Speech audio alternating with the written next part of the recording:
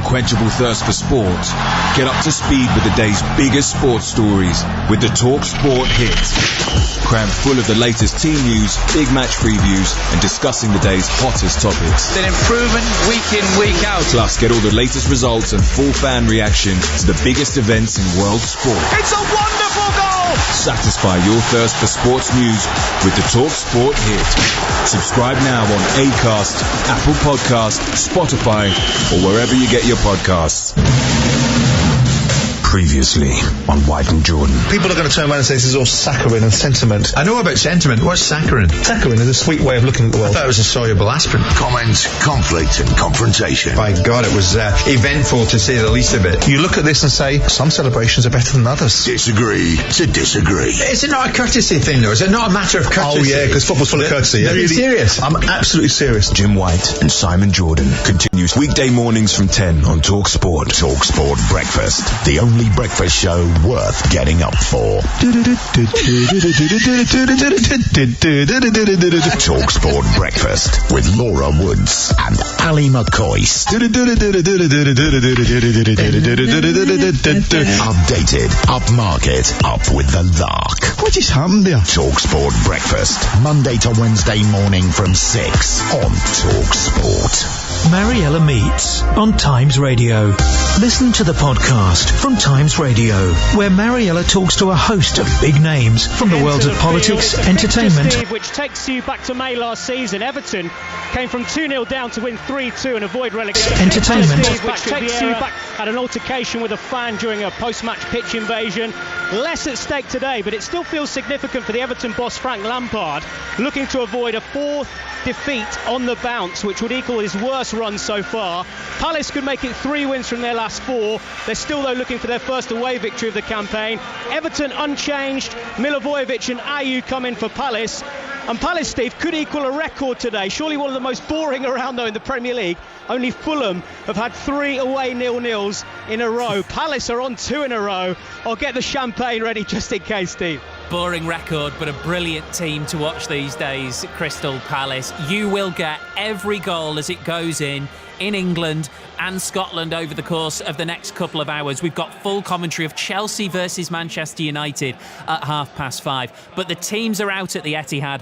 Our base is Manchester City at home in the Premier League against Brighton. And the former England goalkeeper Paul Robinson is with John Akers.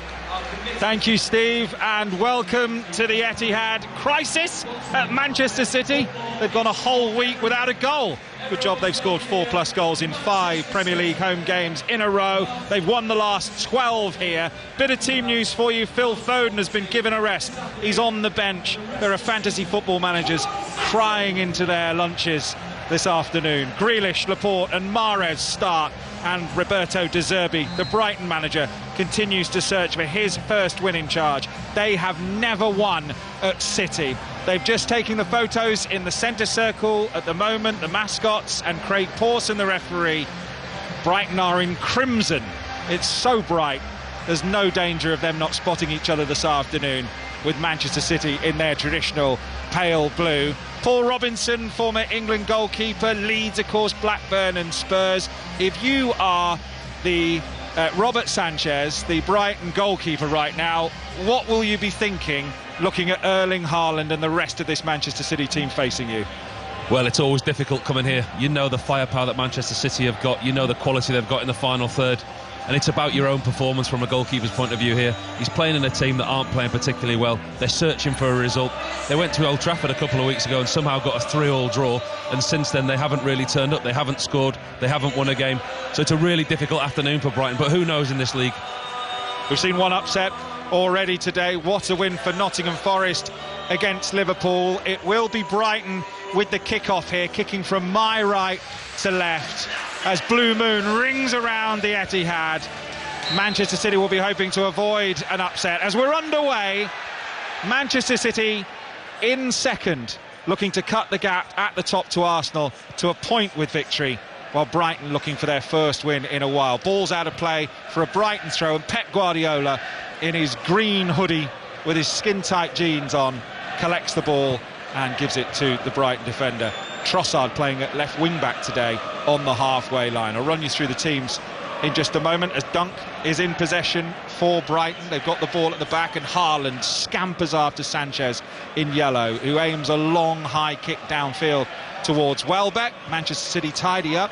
It's quite a strong back pass towards Edison, but he collects, all in purple, and rolls it out into the left back spot. So City look like this. Edison in goal, the back four. Laporte, first start in the Premier League this season at right back, with Diaz, Akanji and Cancelo making up the back four. Rodri, Bernardo Silva and Kevin De Bruyne, the three behind Jack Grealish, Riyad Mahrez, either side of Erling Haaland. Manchester City in a corner of sunlight on the far side. Mild here today, not even wearing a coat. Late October, 18 degrees. Manchester City keeping possession in their own half. Brighton, Sanchez in goal. They're playing a back three. Veltman, Dunk and Webster, the three centre-backs, with the wing-backs March and Trossard. Caicedo and McAllister sitting with Gross, Welbeck and Adam Lallana, unchanged from their previous match. Right, we've got a penalty early in League Two. It's at Stevenage. Sohail Sahi. Northampton have scored, John. It's Stevenage 0, Northampton 1. The penalty came after 30 seconds. Lewis Apre was fouled. He's converted. Stevenage 0, Northampton 1. Thank you, Sohail. Fastest goal service around as Manchester City are in possession and aim a long ball forward. A slip by a Brighton defender, but Jack Grealish must have got a little piece of him there. It's a free kick to Brighton, 10 yards inside their own half on the right. Yeah, two players coming together on the far side there, John. Brighton have started brightly, actually, as well as their kits brightly. They've started brightly. They played very open against Liverpool, and I think that was to their downfall. It allowed Liverpool chances to get in behind them. I think today they've looked to interact with Manchester City's defence higher up the field already and press Manchester City and not allow them possession. Brighton are in possession, very deep in their own half, and Manchester City are going with the full court press. Trossard, right-footed, aims the ball inside, but only finds Rodri. Bit of space for Jack Grealish, 30 yards from goal. It's a really good toe-in for Brighton, and they might well be able to break here down the right-hand side. Veltman it was with the toe-in, gets it to Welbeck, but across comes Rodri, and he knocks it out of play. In fact, it was Cancelo, and it's a throw into Brighton on the halfway line. Bit of pushing and shoving there, Veltman and Cancelo, as Cancelo kicked the ball away. Brighton have the throw. 0-0. 5 Live Sport. It's John Akers and Paul Robinson. Throw-in taken by Brighton. They've got possession deep in their own half. We've had an early goal at Bramall Lane. Sheffield United, Lee Blakeman. Norwich ahead, howler by the Sheffield United goalkeeper Adam Davies, took too long with the ball at his feet, charged down by Pukki, ricocheted in. Sheffield United 0, Norwich 1. If it's anything like the game there last week, Lee's got a busy afternoon, the 3-3, as Brighton are in possession. It's pretty slow tempo to the game early on here, Paul. Both sides allowing each other quite controlled possession. Robert Sanchez down there at the far end, on the right-hand end, where most teams generally play first half here at the Etihad, and I've had a few long first halves at that end, John. If City score early, it's a long half. You look at the scoreboard and you're 2 down after 10 minutes. It turns into a long half. Brighton have approached the game well. They've got controlled possession, they've tried to press City, and they've not come here just to shut up shop, which I think would have been to their detriment. So we know Northampton ahead, first minute penalty. Crawley also lead Mansfield by 1-0 in League Two. Brighton are in possession, deep in their own half. No win yet for Roberto De Zerbi. It's the longest winless run of any Italian manager making his debut in the Premier League. There have been 13 of them. Haaland gets his first touch to De Bruyne, 20 yards from goal, tries to roll in Mahrez on the right. Good defending coming across there was Webster, and it's out of play for a throw-in to Manchester City. Kevin De Bruyne wearing the rainbow armband. And City in possession in the centre circle inside their own half with Aymeric Laporte into the Manchester City starting lineup and trying to slide in Cancelo on the overlap down the left-hand side. But Brighton clear away, headed towards Danny Welbeck, who is chasing the ball down, and it's rolled back to Edison. A warm welcome to our listeners on BBC World Service of this commentary game between Manchester City and Brighton, where we are in the very early stages, and it's 0-0. 5 minutes gone, no real chances for either team as yet, and I'm alongside former England goalkeeper Paul Robinson. There's almost an air of expectancy here today, isn't it, John? You know, Manchester City have done something that they've not done for a while, gone 2 games without a win. They're playing a team that they would expect to beat, and the crowd are very quiet. There's almost an air of, go on then, entertain us. A 21-game unbeaten Premier League run ended by Liverpool last week. Only lost consecutive games twice in the Premier League under Pep Guardiola. Orient lead at Carlisle in League Two. Archibald has scored there in the second minute as Edison, left-footed, plays the ball towards Mahrez. Brighton deal with it comfortably. I was at the game against Liverpool, the 3-3, and they were very, very open, Brighton. They don't seem to be set up quite as open as that. Saying that, they've got four in a line here looking for a forward ball, and they've been able to find one of those. Lallana spreads the play to the left. Trossard on the corner of the penalty area, swings in across, headed away by Manchester City. Mahrez picks it up, will try and work the ball away, finds Grealish. He's still 15 yards inside his own half, but he's gobbled up the ground, and now he's still travelling midway inside the Brighton half. Gets it out on the left-hand side, cross from De Bruyne into the far post towards Mahrez, headed away. Manchester City with possession with Rodri. Brighton have got themselves back. They certainly committed numbers forward there when they had possession. And we've got a Brighton player, Danny Welbeck, who's getting some treatment, or he will be getting some treatment soon. Edison's actually come to check he's okay. Just by the D, inside the Manchester City half, looks like he's maybe bleeding here. I think there was a coming together when Trossard got the ball on the edge of the box, just crossed it in, and there's a coming together in the middle of the box there, and Welbeck's come off the worst. But that just shows you Brighton's worry, committing so many bodies forward. It shows you how City can turn defence into attack so quickly with Grealish on the break. Still down, getting some treatment here. We've had a goal at Rangers, Connie McLaughlin. And it's for the visitors, it's for Livingston. It was Joel Newbley who actually scored against Rangers in the first game of the season. He's done it again this afternoon. He just sauntered through the Rangers defence and tapped it into the back of the net past Alan McGregor. But a shock round Ibrox at the moment. It's Rangers 0, Livingston 1. Welbeck still getting some treatment here, down on the deck. No goals this season. His favourite sandwiches are tuna mayo. And let's get a quick update from Blackburn Rovers, Birmingham City. Aaron Paul. Hey, so am I, John, so am I. Blackburn 0, Birmingham City 0. A fantastic chance for the visitors, looking sharp on the counter-attack. Scott Hogan making a great run down the channel. He fed the reverse pass into Tahith Chong, who shot for the far corner, hit the foot of the post, past Kaminsky and bobbled away. Blackburn 0, Birmingham 0. Aberdeen lead Motherwell by goal to 0. Was that stat, John, by any chance, that you promised a 9-year-old that you unashamedly celebrated beating him in a quiz this morning, that you might have had to get in? I'm not allowed to reference it. It's part of the rules. All I'll say is you must listen to Patrick Kilty's show 9 till 11 Saturday mornings. So Danny Welbeck is off the pitch at the moment, but I think he's going to come back on. I think he's okay after receiving a good sort of 3 minutes of treatment, and the game is back underway with Welbeck off the pitch. Now he's introduced, and Manchester City come forward down the left-hand side with Aymeric Laporte. Now it's Grealish, level with the 18-yard box left-hand side. He's got two players with him, stands on the ball. He's deciding on his pass and has to go back under some pressure from Brighton. Now Manchester City in possession with Akanji, who rolls it forward, De Bruyne. And now Mahrez. It's all over in the T20 World Cup cricket. Adam Mountford. England win by 5 wickets, but only 10 balls to spare. Hugely impressive with the ball in the field. Some world-class catches from Butler, Livingston and Rashid, worth looking at the BBC Sport website and app. But a stuttering run chase, only Livingston looking fluid. But England overall pleased to avoid a shock in a tournament full of surprises. They win by 5 wickets. Peterborough leading at Oxford in League One by a goal to 0. Accrington leading Bolton 1-0. And you're up to date on 5 Live Sports. Free kick for Brighton. It's just on the edge of their own D. Let's get an update from Goodison. John Bennett. It's Everton 0, Crystal Palace 0. No chances, but a good tempo around this game. The wide players, Gray and Gordon, looking lively for Everton. Gareth Southgate is here. Good chance for the likes of Calvert-Lewin and Gahey to impress. It's 0-0. Manchester City in possession. Lip of the centre circle inside their own half. Strong challenge, and Lallana felt like he won the ball there, but Manchester City have the free kick in the centre circle in their own half. Brighton doing well so far just to keep them under wraps here, Manchester City. Closing down quickly, Brian. They're setting traps for Manchester City. They're allowing them control possession deep in their own half, but when they get into a certain area, there's Lallana, Solly March, Welbeck, they set the traps and they press, and they're setting the high line as a back four and trying to put the pressure on Manchester City high up. Edison in possession for City.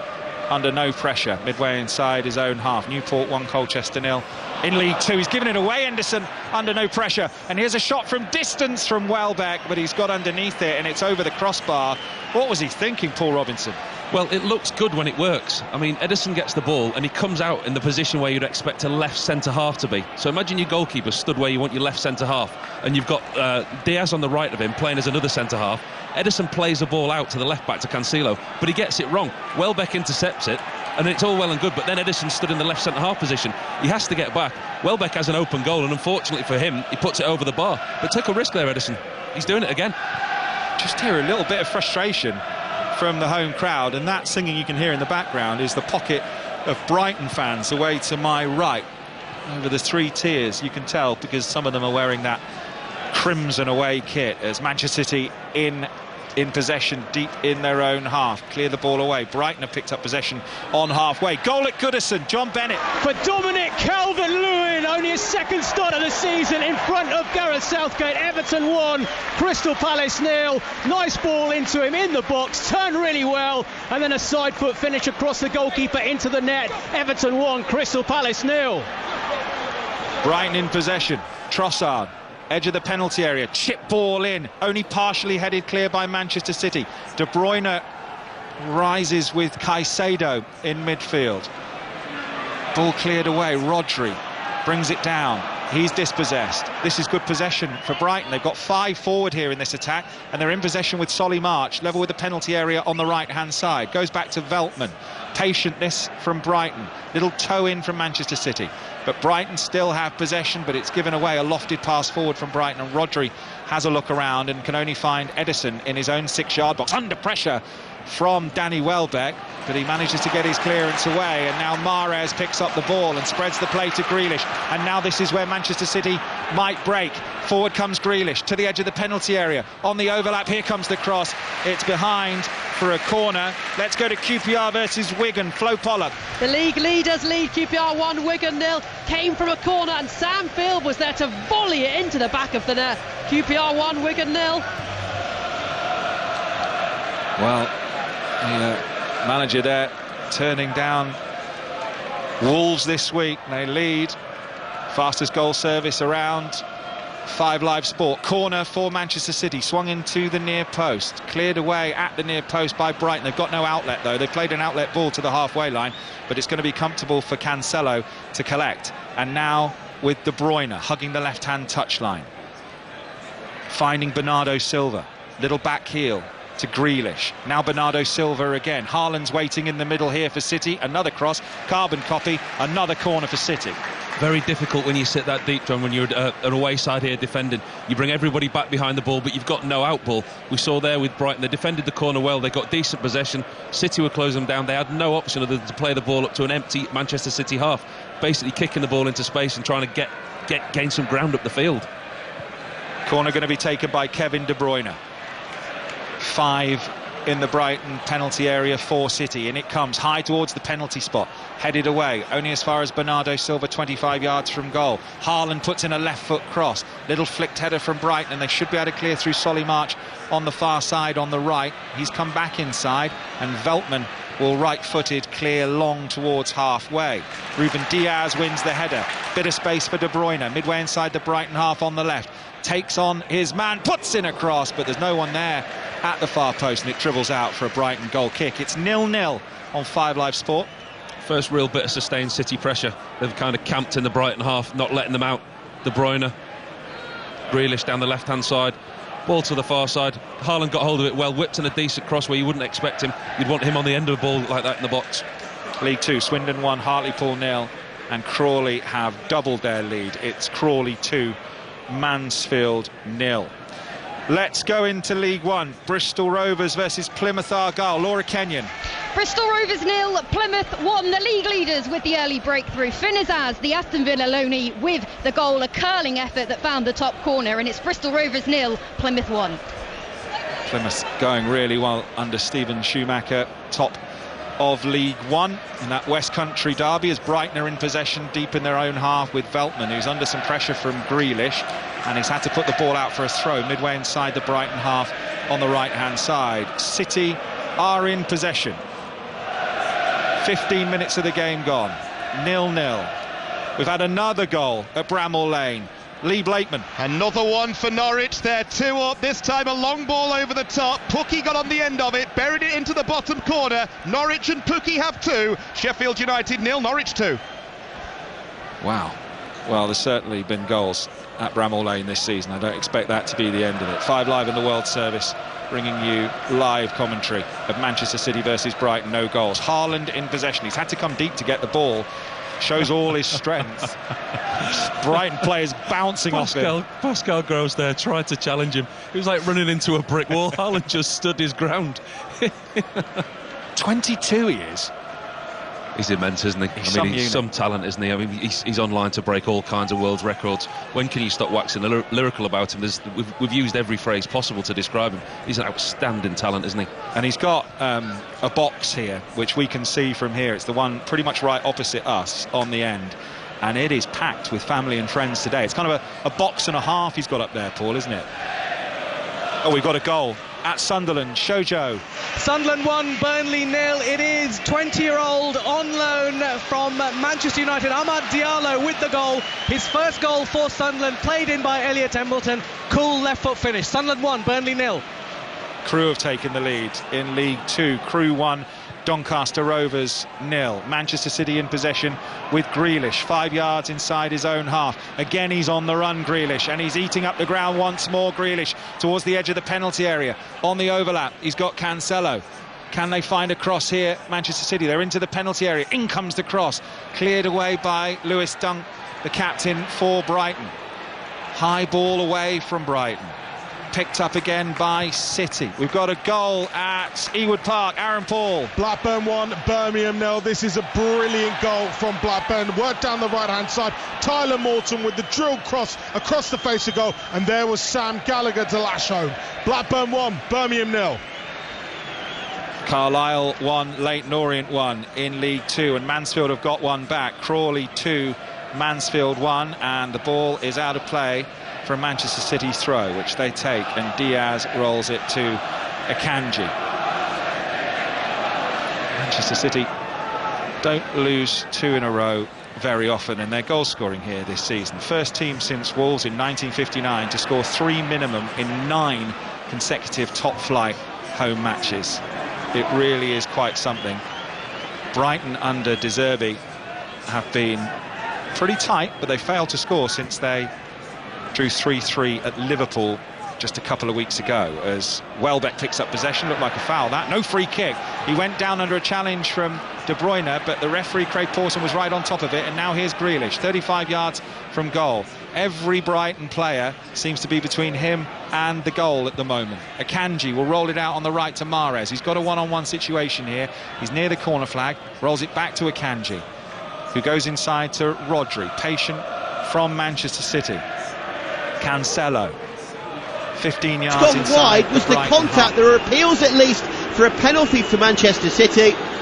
Is it going to be given or not? I don't think it is. I don't think it will be. What a pass from Cancelo and what a run from Kevin De Bruyne. He gets there, Haaland. I think he's looking for it. I would agree. He's under pressure from Dunk as he runs across, then from Sanchez, and I don't think there's contact really with either of any notes. I think that might be given. So, okay, here's a point that we've talked about a lot from last season into this. I thought if there's minimal contact and you go down, but it's not enough to send you down, it shouldn't be a penalty anymore. Yeah. And for me, I agree. I think Haaland's looking for that. He might have just been caught very slightly by Sanchez, but if that's an open player, if that's me and you on the street, you don't probably go down for that. Oh no, of course not. So should that be a penalty then, by the rules that I thought we were now operating by? No, I agree with what you're saying. I just think there's very risky from the goalkeeper when you look at the slow-mo always makes it look worse than what it is. I just think if the referee gave that penalty, they wouldn't overturn it. And seeing as though he didn't give the penalty, they won't then give it. Because it's not clear or obvious in that respect. I can tell you it's not a penalty, possibly for the reasons I outlined, but I agree with you. It was a bit risky and a little bit reckless from Robert Sanchez. Haaland did make a meal of it. He's got away with it. Play goes on, and De Bruyne has gone flying, literally from the restart. Through ball from Laporte. De Bruyne taken out. Again, was there much in that, or is he now making a meal of it as well? I think he was making a meal of it too. It's McAllister's challenge. Yeah, but I think this is the problem with VAR, because I do believe that if the referee did give that as a penalty, I think it would have stood. So you just want the bar to be a little bit lower and VAR to just give their honest opinion. So I think VAR's got that right, I think. Yeah, I think VAR do have that right, but just my thinking is if the referee had gave it initially, I think VAR would have went along with it. Long ball over the top, looking for Haaland, goals unguarded. Haaland shoves his man out of the way and scores! Will there be a foul? We'll have to double check on Webster, but Brighton tried to play one pretty bit of football too many. Sanchez dispossessed, Haaland nicked it off him, just bounced his man out of the way, smacked it into the unguarded net. He is so strong, he's so hungry, he's so good. Haaland your scorer. Man City 1, Brighton 0. That is absolutely ridiculous. The strength that he's shown here, Haaland, I don't think that the referee can give this as a foul. The strength was immense. Brighton are wide open, he's clearly onside. Ederson gets his kick right at that time. Beautiful pass, good touch from Haaland.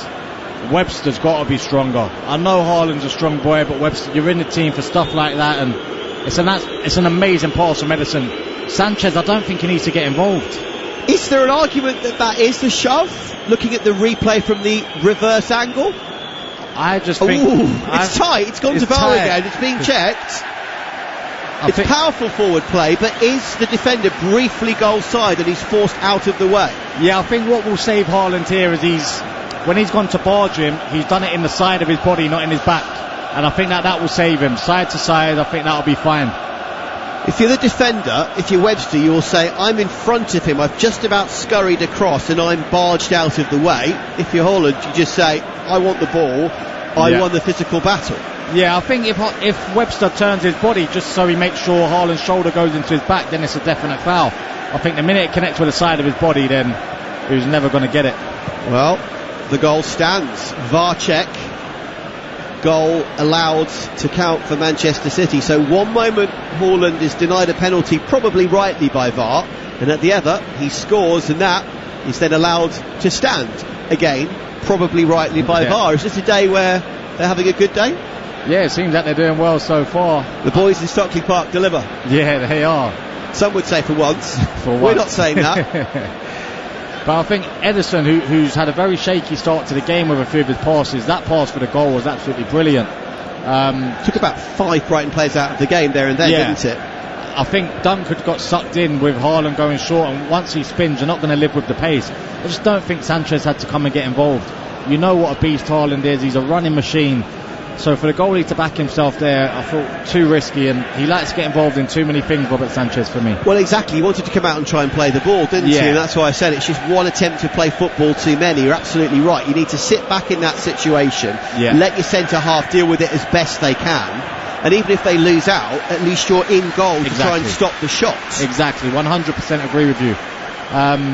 He just looked too eager to get involved and want to come and play, and he should have just stayed at home there. But brilliant from Haaland. Great first touch to take it round the goalkeeper. Then the strength was just immense, and then he keeps a cool head on his weaker foot just to slide it into the empty net.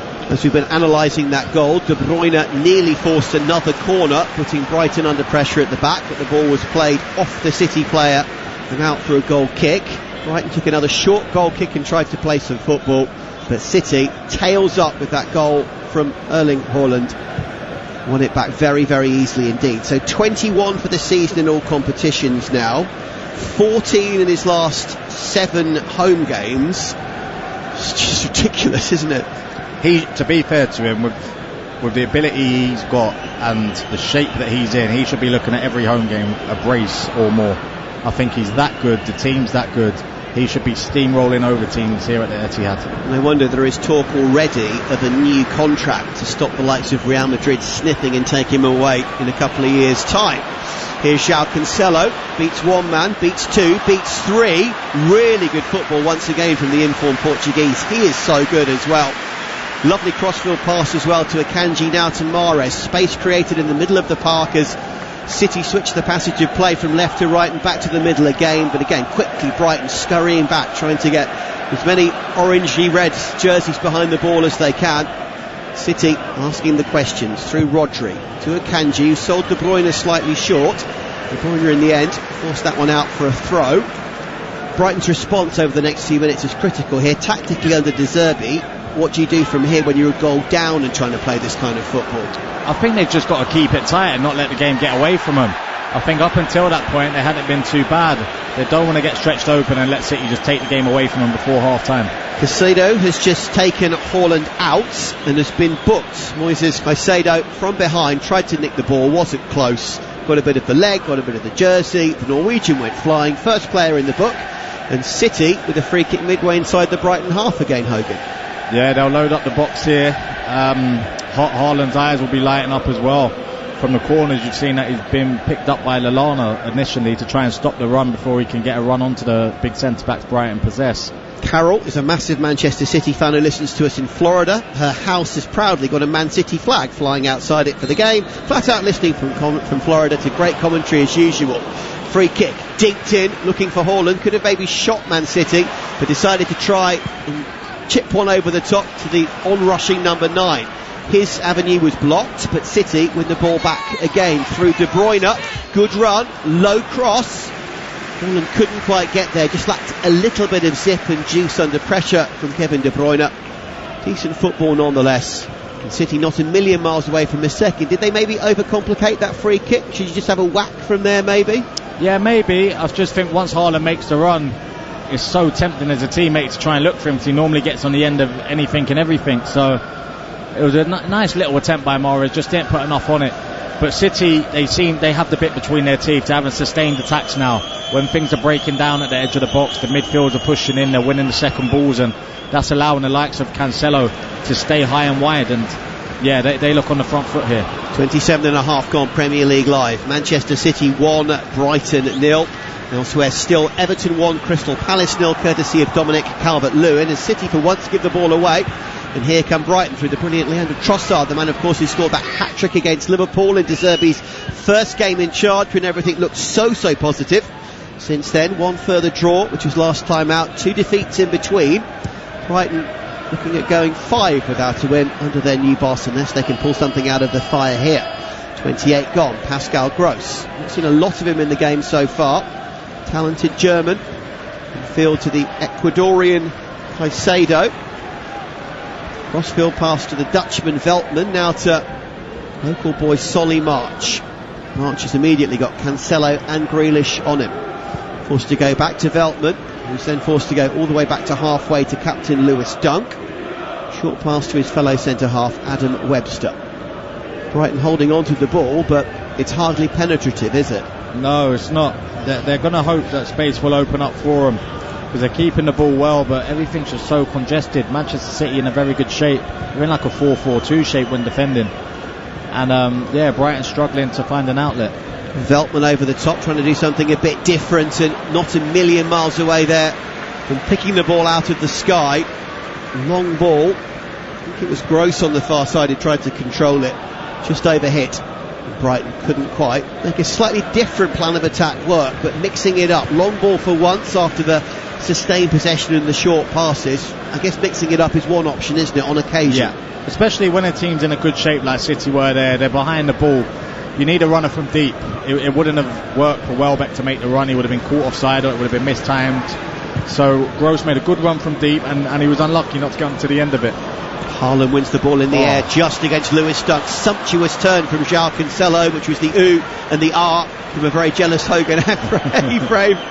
Erling Haaland was there on his shoulder and just couldn't quite get there, but Cancelo's turn was beautiful. Grealish tackles his man, wins the ball back, tries a 1-2 with Haaland to Grealish again, who miskicks but then goes down. Was he caught by Joel Veltman? Didn't get the ball as he wanted, but as Veltman tried to intercept, has he caught the England playmaker, and could this potentially be another penalty?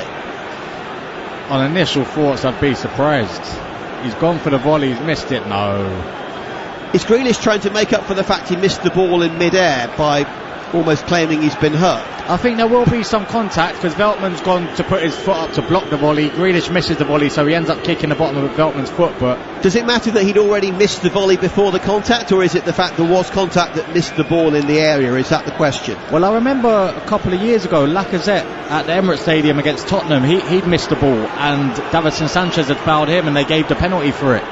So they do have precedent for giving a penalty for that, even if the ball is missed. But that one for me, it was never going to be a penalty. Yeah, I do remember that incident. Would I be right in saying that Sanchez slid in a little bit more kind of out of control and a bit more recklessly than that? Yeah, 100%. I think there it was a proper attempt to just block the volley there from Veltman. There was nothing in it where he was trying to connect with a player, whereas Sanchez's one, he was reckless in how he was slid. So, no further penalty. VAR used 3 times already in the game, twice to deny Man City penalties, probably twice correctly, once on Haaland, once on Grealish, and at the other end when Haaland scored, VAR saying that as he barged his man out of the way, he did so legally. That's why it's City 1, Brighton 0 on the scoreboard. The City come forward again. De Bruyne trying to conjure a way through the Brighton defence to feed Haaland once more. It doesn't work. City commit men forward. Brighton can now counter. Flick with the outside of the boot, De Bruyne style from Trossard, his compatriot Belgian. Mahrez though wins it back. Riyad Mahrez with some sumptuous football. Hogan enjoyed that. Beat 3 players. Bernardo Silva's cross to De Bruyne, to Grealish, back to De Bruyne. Would have been a wonderful team goal from City. So much silky, calm, smooth play. De Bruyne's shot blocked brilliantly by Lewis Dunk. It's behind for a corner, but another mesmeric City counter. It's outrageous football. Riyad Mahrez running through the middle, the little nutmeg on Lallana, and he just releases Bernardo Silva. Lovely pick out, and De Bruyne's way to pass there is fabulous. I think Grealish can take that himself. I don't think he has to come back to De Bruyne, but he does get it back to him. It's a good strike, but Lewis Dunk in a way. But brilliant play that from Manchester City. It would have been an amazing goal. 4 or 5 players all involved brilliantly there for Manchester City. They do have the corner. Outswinger looking for Rodri, who was always climbing to try and get the necessary purchase on that header. Failed to do so. Ball behind on this occasion for a goal kick. 32.5 gone. Man City 1, Brighton 0. And just go back to Jack Grealish for a second there, Hogan. Grealish at Villa, I'm sure, as the main man, would have fired there and probably scored. Is there still a slight feeling deep down in Jack Grealish's psyche that he's kind of one fish in a big pond and doesn't feel confident enough almost to take that kind of chance on? Yeah, you've hit the nail on the head. I do believe that will be his mindset. I don't think that should be his mindset. I could understand if he'd came in for 20 million maybe, but you've come in as the record ever signing. He'll be in the top 2, 3, 4 paid players there, so they believe that you are one of the best and they treat you as one of the best. So puff your chest out and take confidence, take advantage of that. Have a slight bit of arrogance. Nobody else in that Manchester City team, Manchester City, have gone and committed 100 million to spending on. Well, so some would say he doesn't lack that attitude away from the pitch, so ironically you need to kind of show it on the field more. Show it on the pitch. Like he is with other brilliant footballers, but they had Kevin De Bruyne there, Cancelo, Riyad Mahrez there before he got there, and they still went and spent 100 million of him, so they think the world of him, and he needs to step up. Yeah, he needs to score more goals, needs to assist more. You see the mazy runs, we've mentioned them 2 or 3 times in the game, that's still there, the close control, the vision, but when it comes to productivity either in front of goal or setting others up, short. Yeah, he needs to hurt teams more with goals and assists.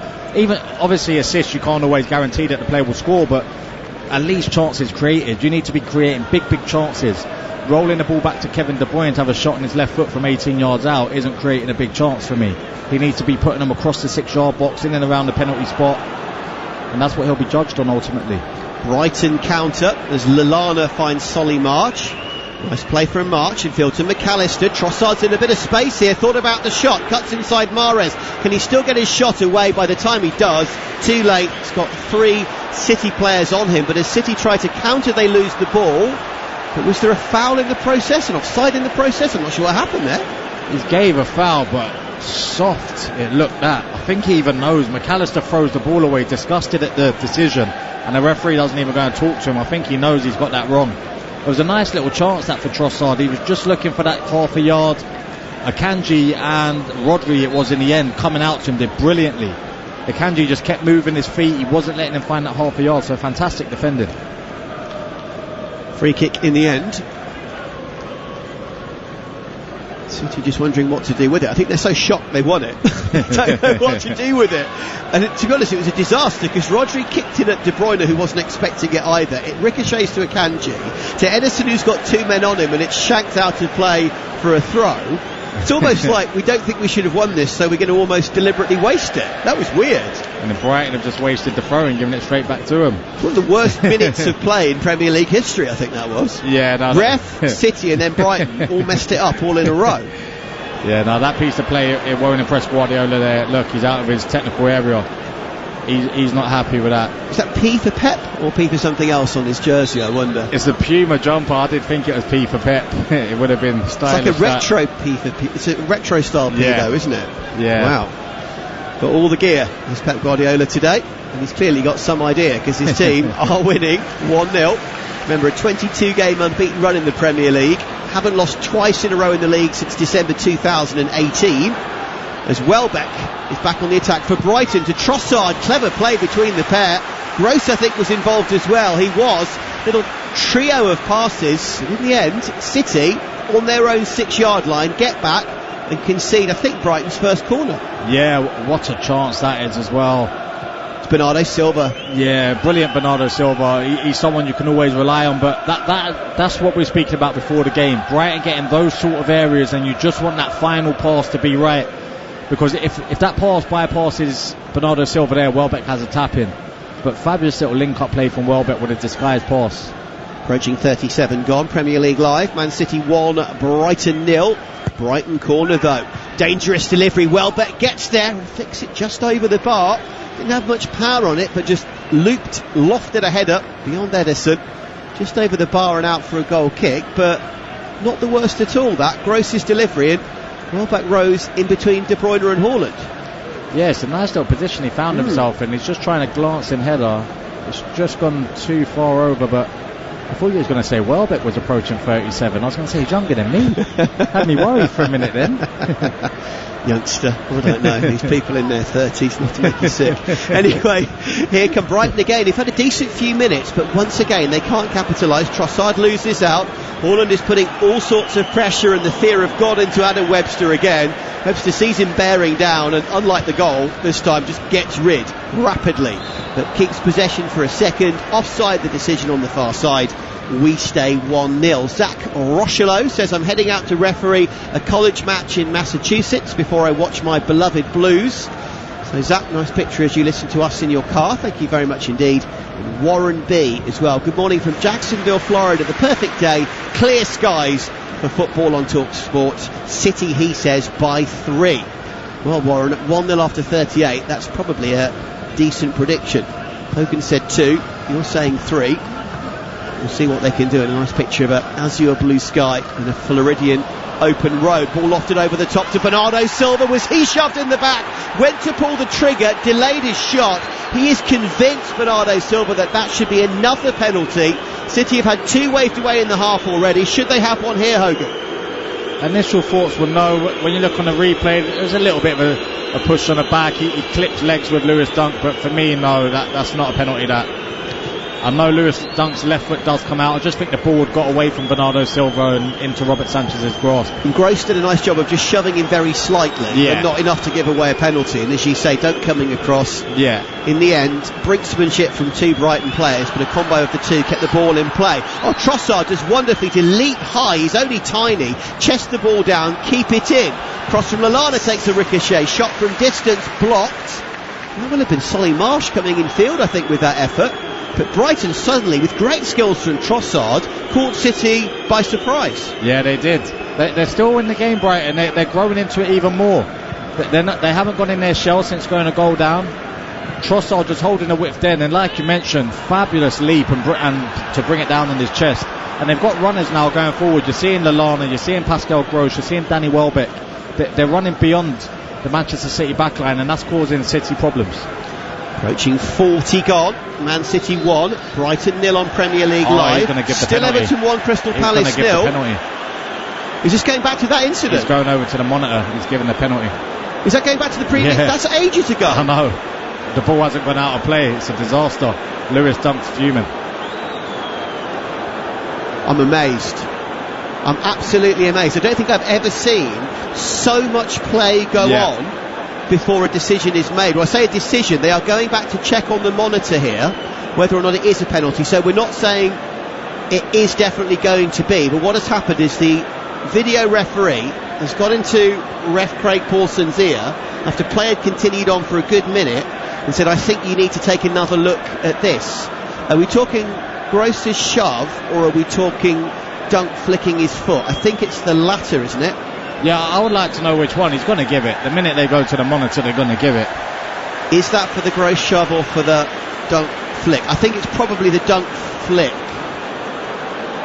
Hard to say. Yeah, I'm not a fan of that decision. I think 2-3 minutes have gone on, and this is re-reffing a game, isn't it? Which isn't what it's for. It's for clear and obvious errors.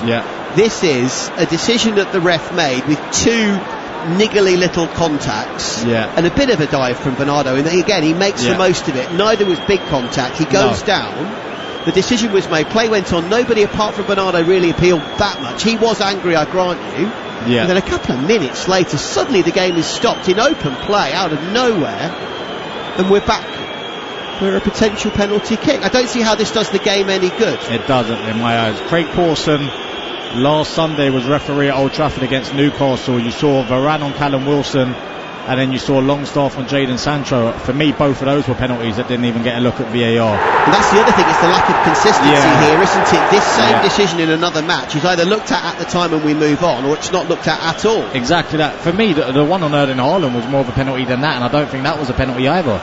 I don't think that should be a penalty for Manchester City, but Haaland will have the ball in his hands now, and this is the chance for him to make it a brace. Wow. So from open play, VAR into the ear of the ref, checks the monitor, decision overruled, penalty given amid major controversy.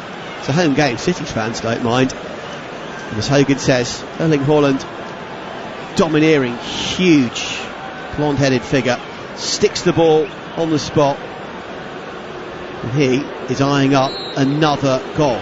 One in the game already. Can he get a second? Haaland, bang into the corner, it's like a rocket. Exocet missile past Sanchez, who barely moved, thought about trying to go that way, but the ball whizzed past him in the blink of an eye. It's a brilliant penalty. Haaland is unstoppable. City look unstoppable. City 2, Brighton 0. Yeah, it's a fabulous penalty that from Erling Haaland. The power behind it goes across his body to generate even more power, and it just fires it into the corner of the net. Sanchez didn't even have time to dive. He was halfway down by the time the ball had hit the net. Unbelievable penalty that. Love to know the speed of that ball. And that's what decided for us. No laces involved, just an absolutely brilliant penalty. Such a physical specimen, isn't he? Yeah. Unbelievable. You've seen him use his brutality to shove a player out of the way for a goal, and then just his physicality foot-wise to just absolutely smash one from a standing start. Yeah, even when he celebrates, he runs off there after the penalty to jump in the air and celebrate. He's about 6 feet off the ground. It's unbelievable. The ground shakes, doesn't it? Like a titan. One of those great Nordic mythological figures as well that we used to have back in the days of yore. He really is absolutely unbelievable. It's been a record-breaking start to his Man City and his Premier League career in every sense for Erling Haaland. He's now scored twice, 2-0. City wouldn't mind a third to put this fully to bed before half-time, and they've won another free kick on the far side just inside the Brighton half, Hogan. Yeah, City will up that right before half-time. They're Brighton right where they want them now. They just want to see down the clock till half-time, and then they'll just take control of the second half, and it'll be another comfortable day's work at the Etihad for the players. Wow. Has there been many open play VAR decisions in the Premier League? I can remember one last year. Yeah, certainly not many. I was gobsmacked when suddenly play stopped. I can remember, very, very rare. I remember Odegaard making a tackle on Fred at Old Trafford. Yes. Which gave a penalty when Michael Carrick was manager. But yes. Other than that, there's not too many I can think of. Controversy, no doubt. City's third penalty claim, their third VAR check, eventually goes their way, but not, we both feel, in the right kind of protocol and the right mechanism and the right order in the right way. Anyway, ifs, buts and maybes now The City lead 2-0, and we're now into time added on. At the end of the first half, there'll be 3 additional minutes for all the VAR checks, and of course, that early injury to Danny Welbeck as well. Welbeck in possession in the middle of the D, but bullied straight out of the ball by 2 City players, Rodri and Diaz it was, and my goodness, did they win that back easily and calmly. Yeah, they just pin you in. I was looking at, as the ball was coming up to Welbeck, I was just thinking, it's a horrible position that to be in. You have players all around you, either side, in front and behind. Yeah, would have needed something really special to get out of that. Brent Parker, great day in Drummond, Montana, listening to the best commentary in the business. Thank you, Brent, as ever. Loving Premier League Live as I serve up the Gooner burger in the cafe, made with the finest ingredients, and it sits atop of all other burgers. Brent, as everybody knows on this show, is a big Arsenal fan as they listen in the cafe, and even the nice little bit of paper that's around the burger is red and white, as it normally is as well. But it's an epic quadruple burger by the looks of it, with gooey cheese, beef left, right and centre. Very nice, Brent. I'm sure your patrons are enjoying that. I'm as far away as an Arsenal fan as you can get, but I would love that Gooner burger. I'm not gonna You just call it someone else. You call it the gooey burger. Here comes Trossard trying to create something at least for Brighton. Left-footed, off balance in the end. A bit of a half-hearted cross shot that was straight into the gloves of Ederson.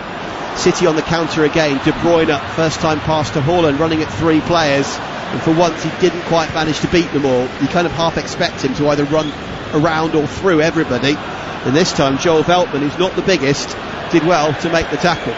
He did, and that's a good chance for Brighton on the break. Haaland initially had a great chance, just seemed to run out of steam, make the wrong decision.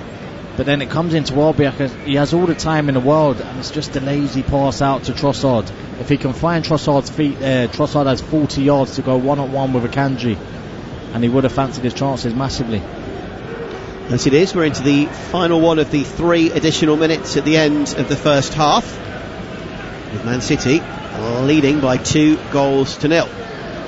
Diaz back as far as Ederson, who's happy to try and play some football under pressure from Welbeck, who this time challenges him well physically and forces the Brazilian to punt the ball out of play. There will be one more Brighton throw with about 30 seconds of time added on, one more half chance maybe to make something happen, as we look at De Zerbi, who's been a fairly passive and static figure for much of the first half, the Brighton manager. He's off the bench into the technical area, and it's a pretty steely-eyed Italian stare, that, isn't it? Yeah, it's not a game that you look forward to be honest, as an opposition team. You know what you're going to get. Oh, here we go again. Another beautiful flick from De Bruyne. Mahrez lets it run. 1-2 with Haaland, who now pulls himself back toward the penalty spot. Mahrez dragged wide, beats his man, but can't quite keep the ball in play. Alexis McAllister stuck out a boot, and the Argentine with a crucial interception, and I don't think there'll be time for the City corner. There won't be, because the half-time whistle blows from the controversial whistle of Craig Pawson. 2 goals for Erling Haaland, 2 more goals, 22 for the season, 15 in his last 7 home games. First 3 just bulldozed his man out of the way as Sanchez surged forward. Poor old Webster sent flying. Haaland smacked it home for 1-0. 2 other penalty shouts turned down for City via VAR. The third initially turned down, and a couple of minutes later called back. And Brighton is still arguing this. Pascal Gross, one of the 2 players who maybe gave it away, the other was Dunk, still rowing with the referee about the decision much later in open play to call it back, check the monitor, give the pen, and Haaland absolutely leathered that one home. Half time, Manchester City 2, Brighton 0, Premier League Live. Got an unquenchable thirst for sport? Get up to speed with the day's biggest sports stories with the Talk Sport Hit. Crammed full of the latest team news, big match previews, and discussing the day's hottest topics. Then improvement week in, week out. Plus, get all the latest results and full fan reaction to the biggest events in world sport. It's a wonderful goal! Satisfy your thirst for sports news with the Talk Sport Hit.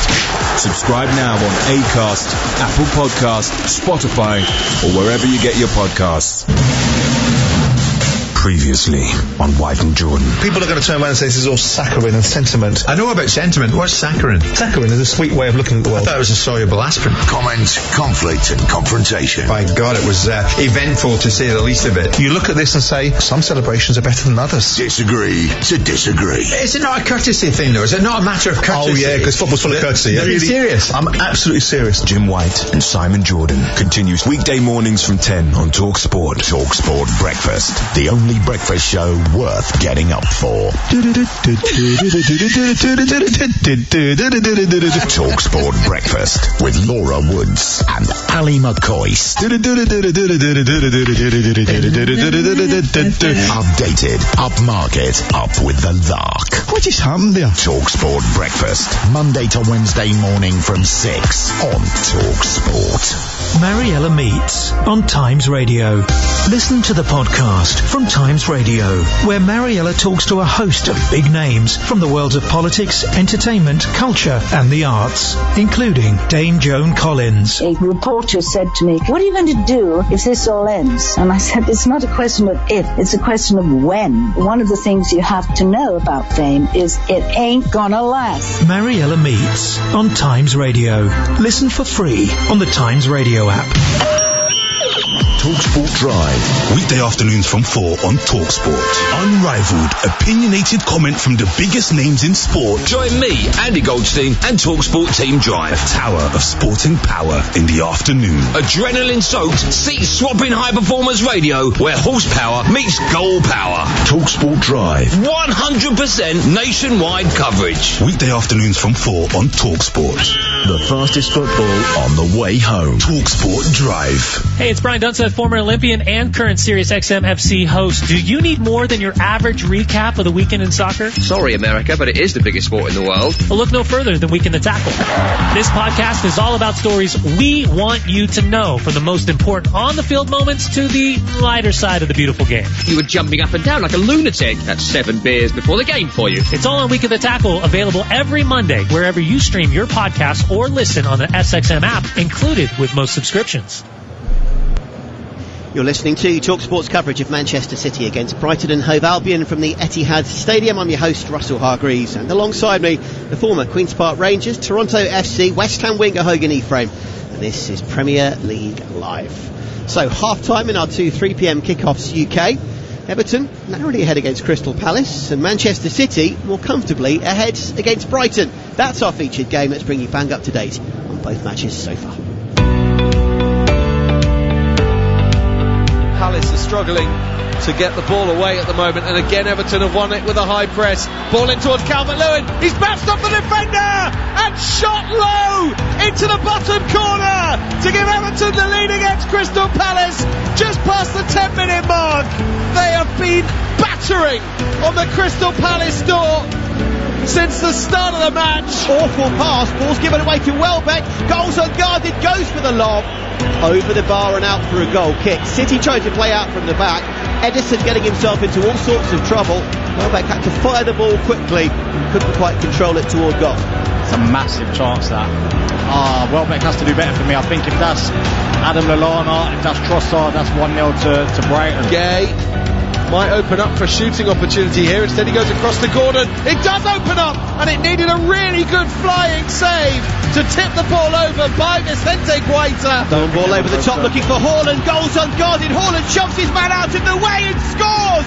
Brighton tried to play one pretty bit of football too many. Sanchez dispossessed, Haaland nicked it off him, just bounced his man out of the way, smacked it into the unguarded net. That is absolutely ridiculous. The strength was immense. Riyad Mahrez with some sumptuous football. Hogan enjoyed that, beat 3 players. Bernardo Silva's cross to De Bruyne, to Grealish, back to De Bruyne. Would have been a wonderful team goal from City. So much silky, calm, smooth play. De Bruyne's shot blocked brilliantly by Lewis Dunk. 1 in the game already. Can he get a second? Haaland, bang into the corner. It's like a rocket. Exocet missile past Sanchez, who barely moved. Thought about trying to go that way, but the ball whizzed past him in the blink of an eye. It's a brilliant penalty. Haaland is unstoppable. City look unstoppable. City 2, Brighton 0. I think if the net hadn't stopped that penalty, the ball would still be going, wouldn't it? Yeah. It would go forever. Yeah, no, it would be so powerful. Yeah, he just smashed it straight past the goalkeeper. It's a brilliant penalty. The goalkeeper had absolutely no chance. He couldn't get down in time, let alone get near the ball. So it was just the icing on the cake for that first half for Manchester City. It gives them a comfortable lead now, and they'll want to come out in the second half, control the game, and then pick their moments of when to put their foot on the gas and go and take the advantage and try and get another goal or two. So they're back in Champions League action, aren't they, in midweek, and it's a big game as well. So it'd be interesting to see what Pep does from here, whether or not they almost ease back and we have, I hope not, but a slightly kind of turgid second half where they're in control, or whether they do continue to still really go for it with those out on the field and with the many options, the likes of Foden, Alvarez, Gundogan on the bench. Yeah, I think a lot will depend on Brighton's approach too. I think if Brighton stay in their shape and are happy to lose the game 2-0, then Manchester City might just take their foot off the gas and sit back, keep the ball and just play the clock down, really. But if Brighton come out expansive and City see gaps, the likes of De Bruyne, Haaland, Mahrez, Grealish, they can't help themselves. They'll be wanting to go for goal and go and get more goals. So they can almost do the two things at once, take their foot off the gas and still probe for more. Yeah, literally. Sickening. Whatever Brighton want to do, Man City will react to it. So if you are De Zerbi, given that then, it is a really, really tricky half-time, isn't it? Particularly given the controversy of that second goal, of the penalty that was awarded about 2 minutes after the open player got back underway. Yeah, no, definitely. They won't be happy at half-time, Brighton, but Manchester City, they definitely deserve to be ahead. I think the penalty was a bit fortuitous, but yeah, there's no complaints from Brighton in general play. And if I was them, I'd look to keep it tight, getting in around the 65th mark, 65th minute mark, and kind of lull Manchester City into a false sense of comfortability, and maybe Manchester City might take their eye off the ball and you can get a goal, and then if they do get one back, then it's game on. Okay, so 1-0 Everton Crystal Palace. Back to Toby Gillies as and when in the second half. You can hear that full commentary, don't forget, at talksport.com/EN and on the app around the world. And we'll be back for Man City Brighton second half in a few minutes as well. 2 more from Haaland, City leading that one by 2-0. Earlier, Nottingham Forest beating Liverpool by 1-0. Super win for Steve Cooper's men, and the Reds' indifferent form continues. After us at 5:30, Tom Rennie and former Man United and England defender Paul Parker will guide us through Chelsea versus Manchester United, 4th versus 5th as things stand in the current table. But as we well know, despite beating Spurs, Cristiano Ronaldo refusing to come on as a sub, leaving the game early, not even an apology, just some kind of statement that didn't really serve any meaningful purpose. Erik ten Hag furious, dropping his man for this game. And plenty of reports that maybe Ronaldo will not play for the club again. His contract might even just be cut, and the great Portuguese could yet be cut loose as his second season back at Old Trafford turns increasingly toxic and the bad blood continues to flow. That's the backdrop to the game. Chelsea Man U on Ronaldo. Let's hear from Graham Potter and Erik ten Hag. I can't really comment because I don't know the ins and outs, but he's taken his stance. That's sometimes you have to do that, and then you need the club to support. So from the outside, that's what's happened. Part of the job is to take some decisions that are difficult, but that's normal. It's a difficult decision. It's clear, but I think it has to be consequences, a behavior. Or when it's a bad behavior and it's the second time, then you can't let it go, because otherwise it's going to be miserable for the future. And so then you have to take this measure, what I don't like, because you are right, I prefer the squad with Cristiano on board. Chelsea's Graham Potter and Man United's Erik ten Hag there on the fact Cristiano Ronaldo is not part of the matchday squad for disciplinary reasons. And Hogan, as ten Hag said there, not the first time there was a pre-season incident, and that's let alone the look that Ronaldo gave his boss and the way he went off when he was subbed in the Newcastle game as well. Yeah, I think there's been multiple times now he's shown some petulance. I think the camera went to Ronaldo 5-10 minutes into the game and he was sat on the bench with his earring in, and I didn't even like that, because you're not going to wear that when you're playing, you're not allowed to. So I don't think his mind was on it from the start. When you saw him walking down the tunnel, you knew something was up. You saw Elanga come on, and there's just something in me thinking he wouldn't have brought Elanga on in front of Ronaldo. There must have been something that's happened, and it clearly has. So the manager's made the right decision. I think it makes it an easier decision that I don't think Ronaldo is contributing much to Manchester United anyway. They seem to be playing better without him and when he's on the bench. So do you cut this contract loose, even though obviously it's a big financial loss in every sense? Do you just literally cut the great man loose? Footballing wise, 100% you'll cut it loose. I'm not sure what he might bring into the club finance wise, and that could be something worth keeping him around for. But yeah, I think footballing wise, him and Manchester United, the story's done now. For me, as a United fan, he's the best player I've ever seen at the club, and I'd be amazed if anyone overtook that. But now he's just not the man that he was, and age catches up to everybody, and it looks like it's caught up to him. What I would have liked to have seen is if this was Ronaldo in the first spell at Manchester United and he'd done the same thing, whether he would have then been left out. It's easier to leave people out when they're not your best player. If Haaland done it to Guardiola, you then wonder what would happen then. Okay, we'll talk about that, I'm sure, plenty more over the course of the coming days and weeks. But the second half of our game, City against Brighton, coming right up. Premier League Live. Global events. The priority now is collecting the evidence. Breaking news. Every life that they can save is a success. Reactive analysis. It's a very bizarre situation. From the world's best journalists. An unfortunate pattern is emerging. And renowned experts from across the globe. It still doesn't resolve the fundamental issues. Keeping you informed as events unfold. This is a flagrant violation of international law. Times Radio is available to listen without a subscription. On DAB digital radio, online, via the Times Radio app, and on your smart speaker. Times Radio. Know your times. TalkSport Drive. Weekday afternoons from 4 on TalkSport. A tower of sporting power in the afternoon. Join me, Andy Goldstein, and TalkSport Team Drive. The latest sports news, hard-hitting opinion, and exclusive interviews with the biggest names in the game. Under the bonnet, over the top, into the back of the net. Sports Mad Afternoon Radio, driven by you. Revs up weekdays from 4, only on TalkSport. The fastest football on the way home. TalkSport Drive.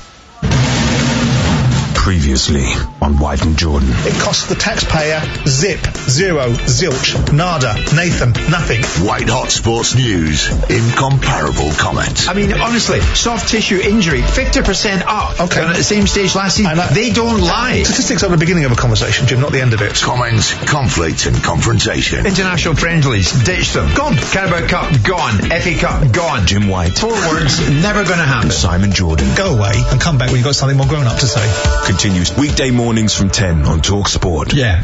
Times Radio, making sense of a changing world. The biggest names in politics. The Prime Minister, Boris Johnson, is here. Well, a great honour to be here. The arts. My first guest is the acclaimed director, Werner Herzog. Entertainment. I'm joined by Darren Brown. World events, at home and abroad. Shots have been fired in the Black Sea. And the world's best resourced, intelligent opinion. I came into politics to change lives. In times of change, be well informed. Times Radio is available to listen without a subscription on DAB digital radio, online, via the Times Radio app, and on your smart speaker. Times Radio. TalkSport Breakfast. Weekday mornings from 6. A new day, a new dawn. God bless. Bang, bang, bang. 9 dart finish. Featuring a rotating team of top name talent, including Laura Woods. Oh, it does make me a little bit... Ali McCoist. What a mouth-watering prospect. Alan Brazil. You know, you are some blagger, you are. TalkSport Breakfast. Look, we've woken up finally. We have, we're off and running. Weekday mornings from 6 on TalkSport. You're listening to TalkSport's coverage of Manchester City against Brighton and Hove Albion from the Etihad Stadium. I'm your host, Russell Hargreaves, and alongside me the former QPR, West Ham and Toronto FC winger Hogan Ephraim. This is Premier League Live, and of course we are into the autumnal part of the year. The sun starting to set already, and Hogan's put his coat on for the second half. Don't blame you. No, getting a little bit chilly, but yeah, now the second half, Manchester City now will look to come out and just control this game. It looks like Tariq Lamptey will be coming on for Brighton, which is good in 2 ways. I think one, he needs some minutes, so this is a game which has probably got away from Brighton, and it's a good chance to get in 45 minutes. but also I think he can be a big threat. I think runs from behind the ball are what can hurt Manchester City today, and he'll offer that in abundance. So yes, you're spot on. Tariq Lamptey comes on at half-time for Adam Lallana. Veteran had a couple of moments, the odd touch, but I wouldn't say it's necessarily almost even his fault. It was just a game where his role was almost bypassed, wasn't it? Yeah, for sure. Playing in that sort of number 10 role. And there were two of them doing it, with Gross as well. Yeah, there's not much space getting on the ball. Brighton wasn't having too much of the ball in general anyway, let alone in their attacking third, so it made sense. We'll run back through the teams in a moment. It's already Brighton on the attack, and just looking at how they're shaping up, with Lamptey on and I think playing on the right, March has now switched to the left and soared down there and put in a decent cross shot from the left. Yeah, he turned away from Akanji very nicely. That's a nice change, isn't it, to have some different players in different positions as well as the new man? Yeah, no, for sure. It's what the best teams do. They have players on the pitch where they can just change positions without making a substitute. Because Cancelo being possibly the perfect example. Cancelo being, Bernardo Silva's another example. You can play him in any of the front three positions. Or deeper as well. Or deeper. Akanji's right back can play at centre back. So they've got so many different options, these teams, and Solly March, he helps Brighton with that. So Lamptey is on, Lallana is off. City, Ederson in goal, Cancelo, Diaz, Akanji and Laporte at the back, Bernardo Silva, Rodri and captain De Bruyne in midfield, Mahrez and Grealish either side of our double goal scorer Erling Haaland. And by the way, Ortega the sub-keeper, Stones, Ake, Gundogan, Alvarez, Gomez, who by the way got sent off, don't forget, against Copenhagen, the Spanish defender, a couple of games ago, Foden, and then the youngsters Palmer and Lewis. That's your bench for City today. I'll run through the Brighton lineup again in a moment. They are on the attack though, through the new man Lamptey to Veltman, now to Pascal Gross. Is he offside? He is. And Gross is just telling his teammates there to pick the pace up of the move, because he was waiting so long to pick the ball up, effectively ghosted offside. Yeah, Veltman should have seen that the timing of the run was mistimed then, because Gross had made it for a first time pass. He decided to take 2 or 3 touches, and by that time Gross is coming back from an offside position, and it was way too late. Brighton, Sanchez in goal, Veltman, Duncan Webster still at the back, but now March and Lamptey as the 2 wing backs, Caicedo, McAllister, and this will all mean that Trossard is pushed further forward with Gross in support of Welbeck, and actually it almost feels like a better lineup even saying it, doesn't it? Yeah, no, it seems that they've got a bit more zip, a bit more energy, pace about them. And Trossard, you get more out of him surely behind the front man than as a wing back. Definitely. Trossard's the one guy in that Brighton team that you want the chances to fall to. On either foot, he's a very clinical and composed player, so they'll hope they can get a few chances. Low skimmer of a clearance from Ederson. He's got away with it, but Brighton do win it back through Caicedo on halfway. March again as the left back, puts in the cross. Oh, it's spilled by Ederson. Welbeck nearly get there, and it was a deflected cross high into the increasingly grey and gloomy Manchester skies. Ederson under minimal pressure really should have done better here. He's been shaky today, Ederson, with his kicking, and then that was just disastrous from him. It sounds crazy to say that 2-0 up, he's not had a save to make and he's got an assist, but he hasn't had the greatest of games. No, fully agree. This is 2 home games in a row that we've done together, the Southampton game and this. He's not faced a shot on target in over a game and a half now, so it shows you how good Manchester City have been and how dominant they've been.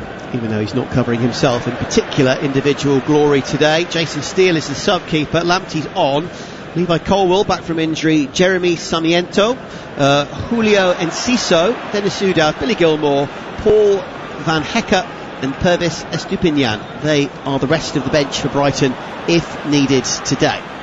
Another hotly contested ball, De Bruyne and Caicedo both going in hard. In the end, the free kick has gone Brighton's way. Good stout football from the away team. De Bruyne losing out, not through want of trying, to be fair. And Brighton 49 gone. Have got a nice little position here, about 30 yards out. Yeah, it was a bad pass from Rodri into De Bruyne there. And Manchester City, the opening 4 minutes, a bit of sloppiness in their play, and that will encourage Brighton. Manchester City will feel they're comfortable, but 1 or 2 sloppy passes like that will give Brighton all the encouragement they need, and if they can get the next goal in this game, it could just make things interesting again. Yep. Free kick to Brighton as we tick toward 50 minutes. Gross over it.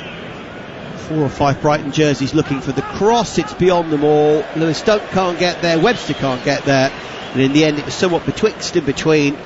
and it's out for a goal kick, and that's desperately disappointing for Roberto De Zerbi. Yeah, I thought the position of the free kick and the line that City held made it an almost impossible angle for him to get a good delivery. It's too central, wasn't it? Way too central. I thought he was going to switch it out to the left-hand side where they had a free player and just change the angle of the cross, but he's tried to just dink it in there, and it's a poor delivery. City trying to get their third. Through ball from Rodri to Haaland, or tried to free João Cancelo. We talked about how he is literally Mr. Everywhere. Haaland's pass had been intercepted. He then tracks back to try and win the ball back, but Haaland deemed to have fouled Tariq Lamptey in the process. Brighton get the free kick on halfway, which they take quickly. Lamptey to Gross, now to Trossard in that more advanced and more central position, and immediately Leandro Trossard is more impactful and wins the throw just beneath our vantage point, just back inside the City half. Yeah, it was just funny seeing the size difference there in Haaland and Lamptey. It was little and large, and he's just pushed him with two hands, but Lamptey will be a threat for Brighton. Very good player. He's just stalled over the last year or so. Injuries, awful injury. Yeah, the injuries have played a big part, and if you can get him back to his best, you've got an unbelievable player. Absolutely. Heavily linked to the likes of Arsenal a couple of seasons ago. Left-footed delivery from Lamptey, even though he's a right footer. It was a good one. He was looking for Trossard. Ball went loose. I think Trossard knew he might be offside if he went for the return. McAllister in the end, the frustrated party looking up, and for a moment Brighton had plenty of options and just couldn't quite seem to engineer that way through. Yeah, I don't mind that pass from McAllister. I thought it was penetrating, there was just not the run to match it. Great play from De Bruyne, who takes Caicedo out of the game. That takes some doing. Offload, great save from Sanchez to deny Riyad Mahrez. Ball ricochets loose toward Jack Grealish. De Bruyne with a wonderful run. City is still coming. Bernardo Silva nearly weaves his way through as far as Haaland. Eventually Brighton hack the ball to safety. Anywhere will do. But De Bruyne's turn to take Caicedo out of the game. Selfless to feed Mahrez. Should have scored. Sanchez with a very good save. End-to-end football, because here come Brighton. Trossard from distance. It's a rocket from Leandro Trossard. He's been put back centrally for the second half by his boss. Pick that one out. It's a lovely low shot past Ederson, who arguably could have done better. His frustrating game continues, but Trossard is on to 6 for the season. And it's Manchester City 2, Brighton 1. Oh, what a finish that is from Leandro Trossard. It goes in at the near post. Initial thoughts that Ederson has to save it. But good pressure from Brighton, keeping the ball alive. Trossard is the man that you want the chances coming to. Either foot. He scored 3 goals on his left foot at Anfield. This one's on his right foot. He just levers that. I want the goalkeeper doing better. To be beat at your near post from outside the area, it's not for me. And Ederson, he's been shaky all game, and this really puts something in the spanners now. Because because Brighton now, they've come out, they've got something between their teeth, and Lamptey coming on can make a big difference. So the new boss has put March to the left side, his cross, and he's put Trossard more centrally, his shot, and that's led to the goal. Fair play to the new manager. I mean, that is a really good tactical half-time switch. But Brighton, they do get in good positions. They just need their chances fall to Trossard. He is the best finisher at the club. But that will come off the back of Manchester City should have went 3-0 up. Kevin De Bruyne will be fuming with Mahrez. He's rolled him in on the plate. De Bruyne's chasing a record for most assists in a season. He's already on, I think he said 9, and 20's the record. He'll look back at the end of the season on chances like that missed, and they shouldn't be squandered. What's not going to help City's cause as well is Mahrez has just dragged his man, which was March, down. March again, one-on-one with Mahrez, which is not what City want at all, and the Algerian, beaten all ends up, has tugged his shirt as March went around him. He's in the book. Brighton just a goal down. They've got another free kick in between the edge of the penalty area and the dead ball line on the far side. Nice angle to maybe whip one in. Yeah, this is a much better angle now. Gross and March both on the ball. These are chances where Brighton, they'll be fancying themselves. This game is completely turned, I can tell you. Gross whips it in. Cancelo's header partially clear. Oh, dearie me. Probably should have let that one run, Solly March, and taken the throw. As it was, he tried to control the ball as it sped toward him from Cancelo's clearance. And in the end, I'm afraid, bit of a touch of a wall there. That one's gone straight out for a goal kick. As we look on the big screen at the replay at the other end, where, as you say, De Bruyne puts it on the tastiest of plates, a Brent Parker Cafe kind of tasty plate, and Mahrez misses. Yeah, no, it was a poor miss from Mahrez, and then the free kick up the other end. Gross, it wasn't a great delivery. The ball comes to Solly March in a good area, but I think he had Lukaku's boots on and it just bounced off him. So it wasn't the best bit of play from him. Oh, absolutely. Not the greatest bit of touch, probably the wrong decision, but March has done very well since switching flanks largely. He beats Mahrez again, who booked, of course, has to be so careful. Akanji, as the final man, comes across and makes the interception, but only as far as Caicedo. He shows some nice skills as well, does Moises Caicedo. And Brighton come forward again. Tariq Lamptey's done well since coming on as well. Infield to Gross. Here he is. Thought about the cross. Instead, finds Alexis McAllister. Nice one-touch, confident football. It's now Brighton, the team, to puff out their collective chest. And they are the ones on the up, and it's the pocket of away fans to our left who are the ones loud and proud. Great reverse pass to Caicedo, puts in the cross, looking for Gross, couldn't quite get there. Ruben Diaz with an all-important clearance, only as far as McAllister, slides it back through to Trossard, who thought about the shot, couldn't quite get it away. Rodri makes the interception, Akanji slow to the ball and Trossard wins it back. City looking rather lacklustre and devoid of ideas as Brighton continue to build. Veltman out to the near stand side. This game continues to turn epically. 2-1 City now. After Trossard fired one in. Very, very interesting. I'm loving how this suddenly is on a knife edge. Yeah, well, you hit the nail on the head. You said that the lineup just looks a lot better. You've got Solly March holding the width on the left, natural left footer. You've got Lamptey doing the same on the right. Trossard central. Glorious crossfield ball, sorry to interrupt, from March to Lamptey. Header just wide from Leander Trossard.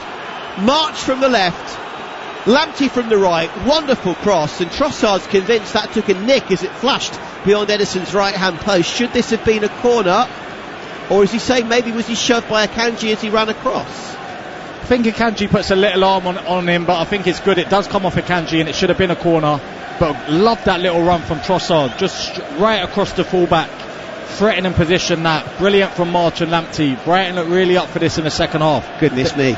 They can sense that the momentum's changed. They've got the energy in their play. We mentioned Mahrez and Grealish before the game. Those two, if they don't step it up, they'll do well to see it out the next 5 or 10 minutes, because I think changes must be in Pep Guardiola's mind. Surely Foden and one of Gundogan or Alvarez will be on in the blink of an eye. Another City move doesn't quite work as De Bruyne tries to poke one through, straight out for a goal kick. And Pep Guardiola looks far, far from happy. He'd sat down in the dugout for much of the second half. He's now come back to the edge of his technical area, and is this, I wonder, the cusp of him making some changes? Phil Foden has started to lace up his boots. Remember, he scored 5 in 4 in the Premier League against Brighton.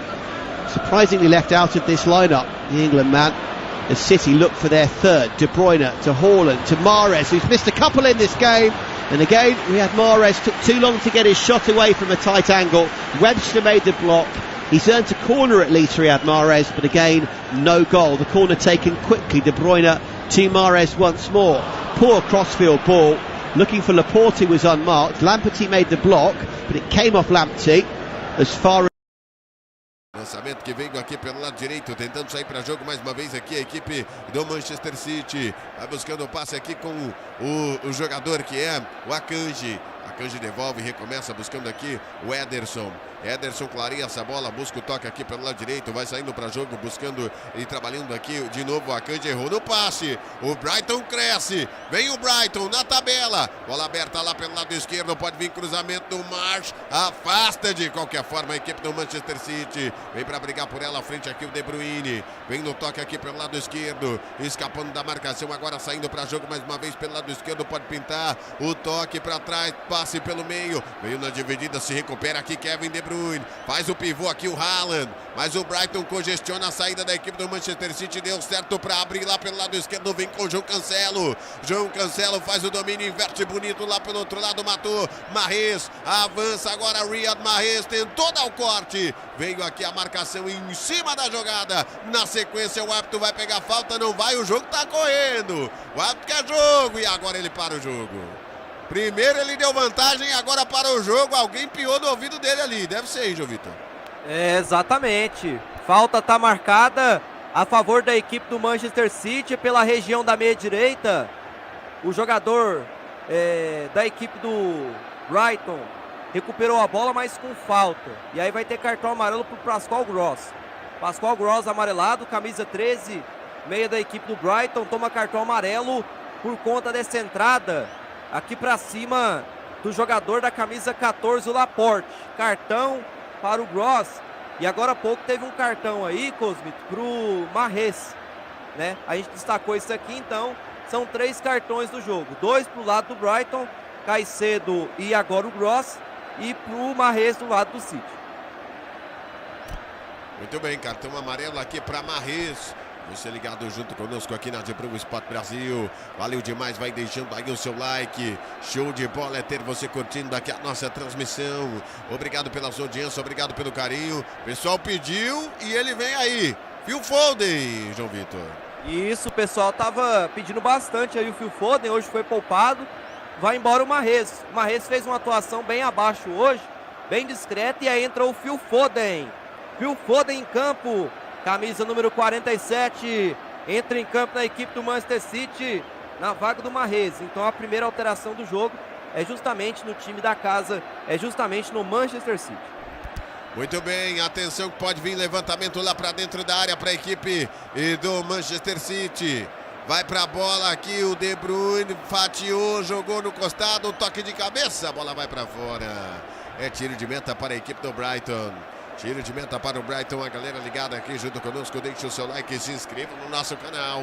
Saudação especial aí para toda a galera ligadaça aqui junto conosco, portanto, Phil Foden em campo aqui para a equipe do Manchester City. Em campo para a equipe do Manchester City, a galera ligada aqui junto com a gente.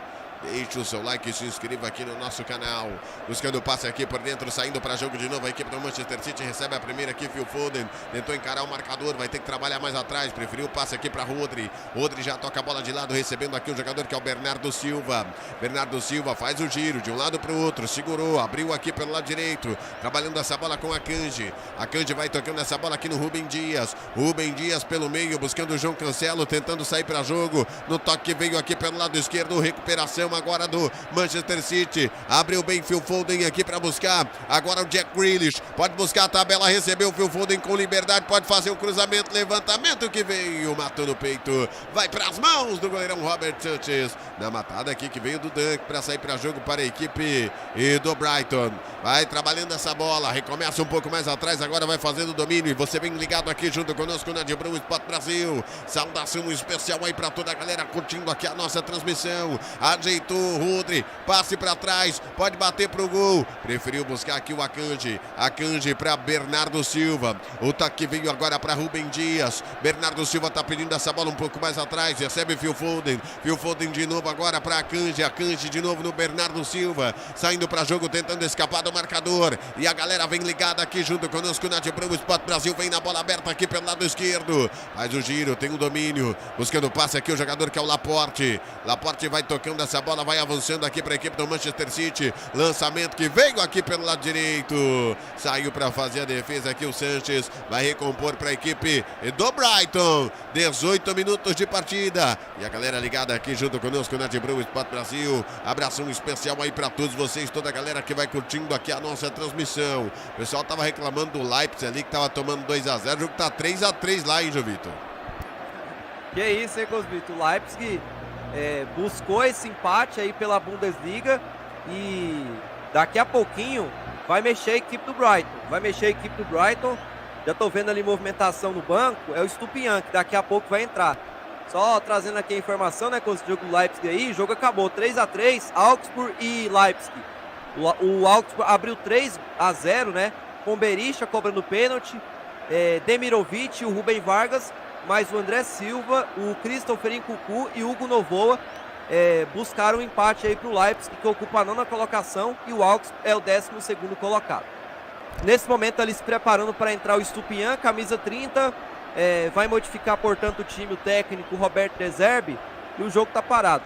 O detalhe é que o Brighton melhorou muito nesse segundo tempo, o time inclusive passa mais tempo com a bola. Houve uma estatística agora há pouco mostrada pela Premier League, que dos 10 aos 15 minutos, durante esses 5 minutos, a equipe do Brighton teve 85% de posse de bola contra 15% do Manchester City. A posse de bola de modo geral, que no primeiro tempo esteve em torno de 65% para o City, nesse segundo tempo está 56% para o City contra 44% do Brighton. Então, uma posse de bola bem mais equilibrada que a do primeiro tempo. Saiu o Veltman, Cosmic, na equipe do Brighton. Então, deixou o campo aqui o jogador que foi o Veltman e entrou o 30, Estupiñán. Muito bem, portanto aí, Estupiñán em campo para a equipe do Brighton.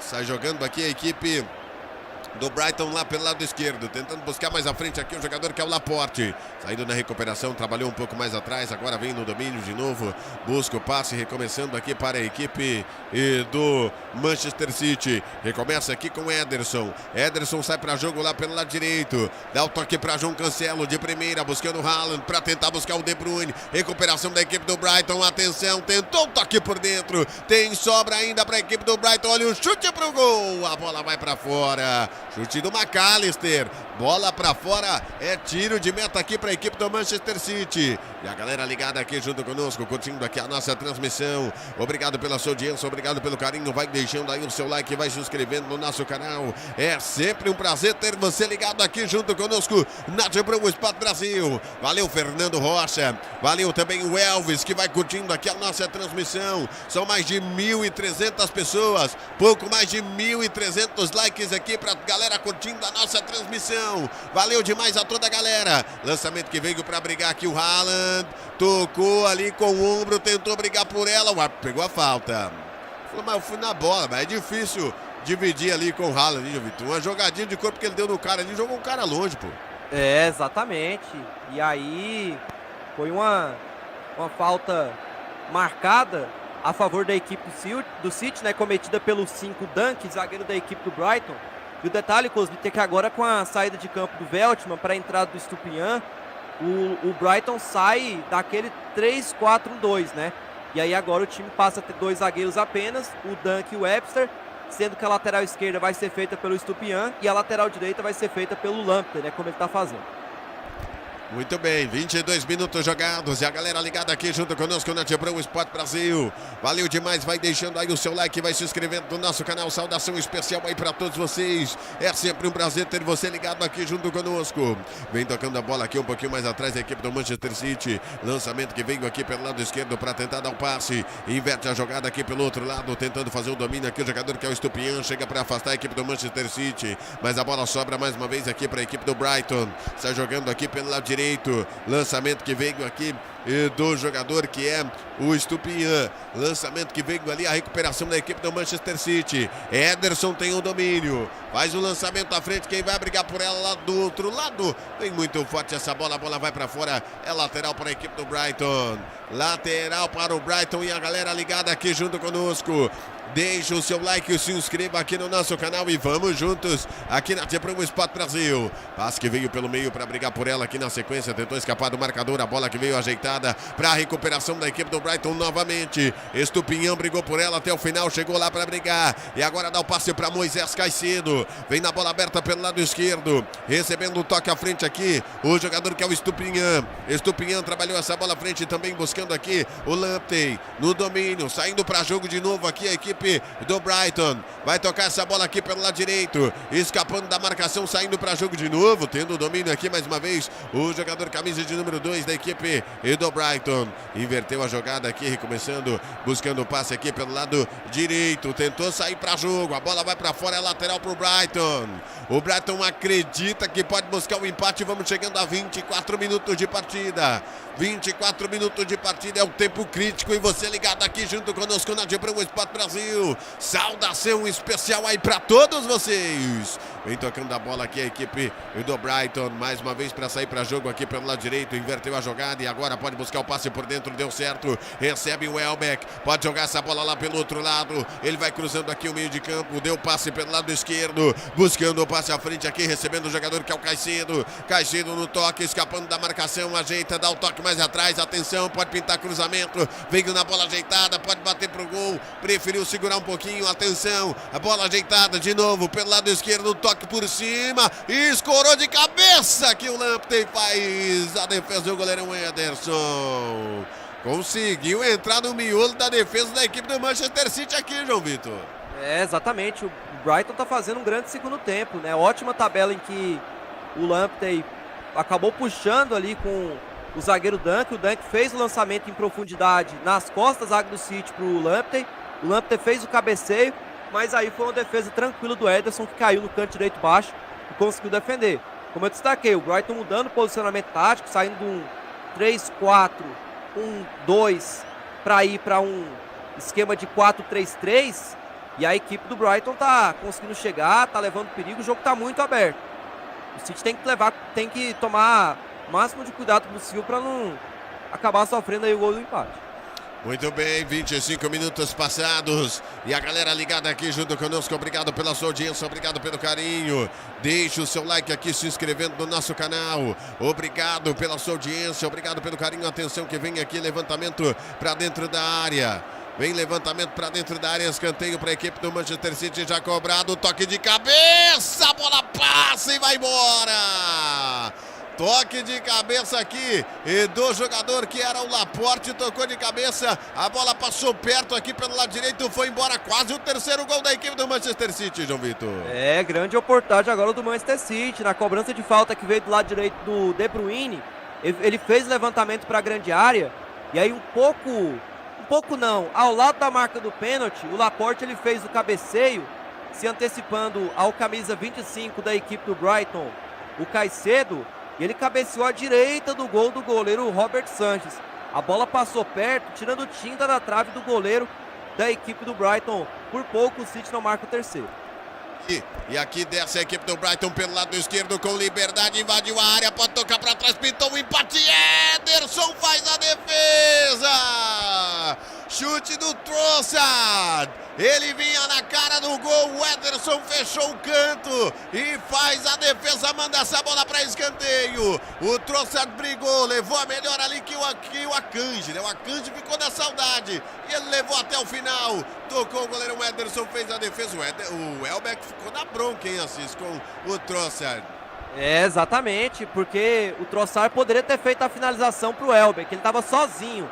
Mas aí o Trossard preferiu fazer a finalização e aí no canto direito defendeu com a perna esquerda o Ederson, colocou para escanteio que favorece o Brighton pelo lado esquerdo. Muito bem, veio o levantamento, afastou aqui a defesa da equipe do Manchester City, a bola volta de novo buscando o passe aqui com o Dunk, ele pode abrir aqui pelo lado direito, o passe que veio agora para buscar o jogador que é o Lamptey trabalhando essa bola à frente, toque que veio do Trossard, brigou por ela o Lamptey, recuperação de novo aqui pelo lado direito, vai tocar essa bola um pouquinho mais atrás, agora saindo para jogo de novo, a equipe do Brighton, recuperação da equipe do Manchester City. O Manchester City se recupera e vem agora com o Jack Grealish, tentou dar o corte, a bola vai para fora, é arremesso lateral aqui, toda a galera ligada junto conosco, 28 minutos de partida, valeu demais, obrigado pela sua audiência, valeu José Newton, curtindo aqui a nossa transmissão, alô pra Wanda Rodrigues, alô pro Paulo Daniel, também curtindo aqui a de Pro Sport Brasil, David Calvo também ligado junto conosco, valeu demais, obrigado pela audiência. A nossa querida Gia aí curtindo a transmissão, valeu demais, obrigado pela audiência. Perguntando aqui, João Vitor, narradores, vocês gostaram da homenagem que eu fiz pro David? Colocou ali David Calvo no nick do YouTube. Ah, com certeza, eu gostei bastante, o David deve ter ficado feliz aí com esse nick. Muito bem, valeu, Samuel Dias, obrigado pelo feedback positivo. Aqui pelo lado esquerdo da equipe do Manchester City, avança aqui o Bernardo Silva, atenção, cruzou essa bola lá pelo outro lado, vem a batida do De Bruyne, golaço! Gol!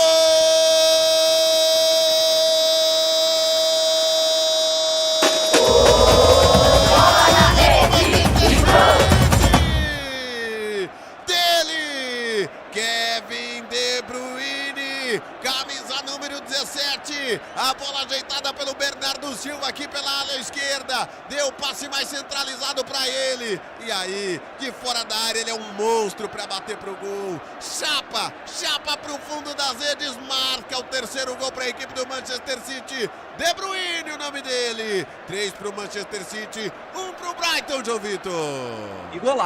Que golaço do Manchester City.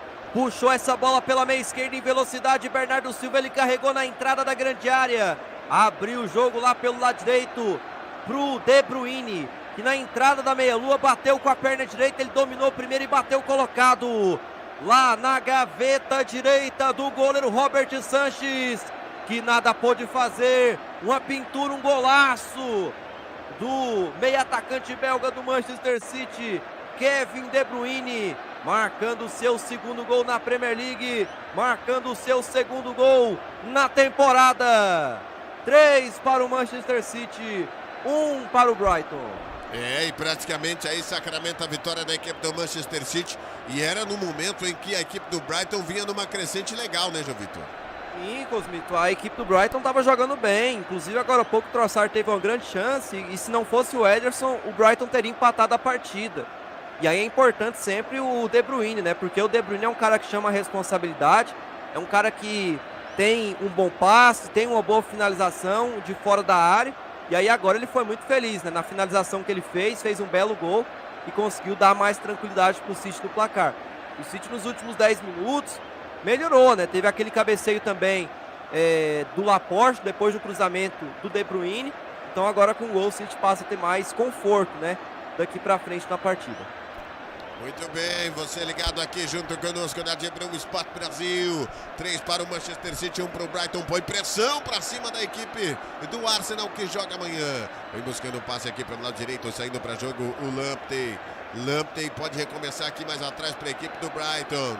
Vai tocando a bola aqui na defensiva, buscando mais uma vez o jogador que é o Rubem Dias. Do outro lado está aberto ali o Akanji para sair para jogo novamente. O giro que veio aqui do Lamptey. Colocou essa bola para fora e arremesso lateral para a equipe do Brighton. Tivemos mudança, João Vitor? Tivemos sim. E antes do gol da equipe do City, Cosmito, eu até ia te confirmar que teve um cartão para o Estupiñán. Lateral esquerdo do Brighton, ele que entrou no segundo tempo no lugar do Veltman. O Estupiñán tomou cartão amarelo. E agora mexeu o City. Saiu o Grealish e entrou o Cole Palmer. Então o Cole Palmer entrou com a 80 na vaga do Grealish. Então, mudança no City. Grealish fez até um bom primeiro tempo, mas no segundo tempo foi bem abaixo. Foi embora e entrou o Cole Palmer com a número 80 para fazer ali a ponta esquerda. Então essa foi a alteração no City. E também eu confirmei o cartão aqui para o Estupiñán. Cosmito, mais de 1.600 pessoas participando. Faltando apenas um inscrito para 298.140. Faltando apenas um inscrito para nossa meta. Vamos se inscrever no canal, pessoal. Tá faltando muito pouco para a gente sortear o Xbox. Se vocês se inscreverem no canal bastante, a gente pode bater os 300 mil inscritos hoje. Então bora se inscrever, clica no botão de se inscrever. Não dá essa bobeira, né? Porque console desse no mercado aí é R$2.000 ou mais, né? O preço tá muito salgado. E aqui na Dibro você pode concorrer a um Xbox zerado na caixa. Será mandado aí para sua residência sem custo algum de entrega. Então só se inscreve no canal, faz só isso, né? Que você vai concorrer ao Xbox Series S. Muito bem, muito bem. A galera vem com a gente aqui na Dibrão Sport Brasil. Vem tocando a bola aqui a equipe do Brighton. Era para buscar o passe pelo lado esquerdo. A bola vai embora. É arremesso lateral para a equipe do Manchester City. Mexeu mais uma vez o Brighton, né, João Vitor? Mexeu, foi embora o Danny Welbeck e entrou, Cosmito, um Davi, camisa 21, na equipe do Brighton. Então um Davi, que é centroavante, alemão de 26 anos, entrou na vaga do Welbeck, que se movimentou, buscou o jogo, estava desgastado também, foi embora, por isso que entrou um Davi. Daqui a pouco vai entrar o Julian Álvares no Manchester City. Acredito eu que vai ser na vaga do De Bruyne. Ou do Haaland, pode ser o Haaland também, mas vamos aguardar. Pelo jeito parece que é o Haaland, né? Pelo jeito parece que vai ser o Haaland que vai ser substituído ali. Tá recebendo os aplausos. Ele que guardou 2 hoje, João Vitor. Exatamente, fez 2 gols. Mais 2 gols na sua conta, né? São 17 gols em 11 jogos na Premier League. 22 gols em 15 jogos com a camisa do Manchester City. Algo absurdo. Fez um de pênalti e um no lançamento lindo que veio do Ederson. Saiu de campo e entrou o Julian Álvares com a número 19. Então entrou aí o atacante argentino de 22 anos da equipe do City. Então Julian Álvares entrou com a 19 no lugar do Haaland. Muito bem, você ligado aqui junto conosco na Dibrão Sport Brasil, são 34 minutos de partida. Vem no lançamento aqui pelo lado direito, tentando escapar da marcação a equipe do Brighton. A bola vai para fora e nós vamos falando para você aqui em nome do aplicativo da OneFootball. QR Code na tela, link na descrição para você baixar o aplicativo, ficar muito bem informado sobre tudo que acontece no mundo do futebol. Não perca tempo, acesse agora mesmo o link na descrição e baixe também o QR Code na tela para você baixar o aplicativo, hein? Baixe encaixe agora mesmo. Atenção, vem aqui escanteio para a equipe do Brighton. Recuperação do Manchester City agora saindo para jogo. Acelera Phil Foden. Passe para buscar aqui o De Bruyne. De Bruyne pode inverter a jogada, ele segura um pouquinho, trabalha essa bola por dentro, buscando o passe aqui pelo lado direito. Inverteu de novo aqui pelo lado esquerdo. Tocou de primeira, bonito aqui o Phil Foden. Para buscar o Bernardo Silva, inverteu lá pelo outro lado. Quem chega no toque de cabeça, a recuperação aqui da equipe do Brighton. Recuperação do Brighton saindo para jogo, dominando essa bola aqui pelo lado direito. Domina o jogador que é o Lamptey. Lamptey vai tentar escapar do marcador. Na sequência ali a bola vai para fora. É escanteio para a equipe do Manchester City, João Vitor. Escanteio, o Lamptey foi pressionado. O City apertou, recuperou a bola ali na saída de bola. E aí ganhou escanteio o City. Lá pelo lado esquerdo, na pressão executada pelo Phil Foden. Escanteio para o City pelo lado esquerdo. Vamos lá, vem levantamento. Nós temos o De Bruyne, também tem o Phil Foden. De Bruyne e Phil Foden para você aí na cobrança do escanteio. E a galera ligada aqui junto conosco vai deixando o seu like, já cobrado aqui o escanteio. Bola ajeitada pelo lado direito, agora vem levantamento para dentro da área. A bola vai para fora, bola para fora. Portanto, tiro de meta para a equipe do Brighton. Tiro de meta para o Brighton e a galera ligada aqui junto conosco. Deixe o seu like e se inscreva aqui no nosso canal. É sempre um prazer ter você ligado aqui junto conosco na Debrão Sport Brasil. Buscando o passe um pouquinho mais atrás, pelo lado direito aqui a equipe do Brighton. Recebendo essa bola o jogador que é o Webster. Webster tentando sair para jogo aqui no passe à frente, buscando McAllister. Tentou aqui a briga, a recuperação que veio aqui do Kevin De Bruyne. O Lamptey falou que o De Bruyne deixou o braço. O De Bruyne fala umas groselhas para ele lá. E o árbitro pegou a falta do KDB em cima ali do Lamptey, João Vitor. Isso, exatamente. O De Bruyne ficou na reclamação, mas a falta ela foi bem marcada. De fato, o De Bruyne acabou deixando o braço no rosto do Lamptey.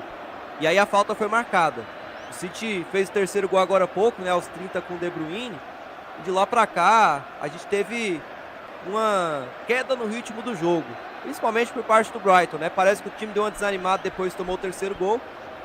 Mas o time tem que continuar lutando, né? Tá difícil a situação, mas ainda tem jogo pela frente.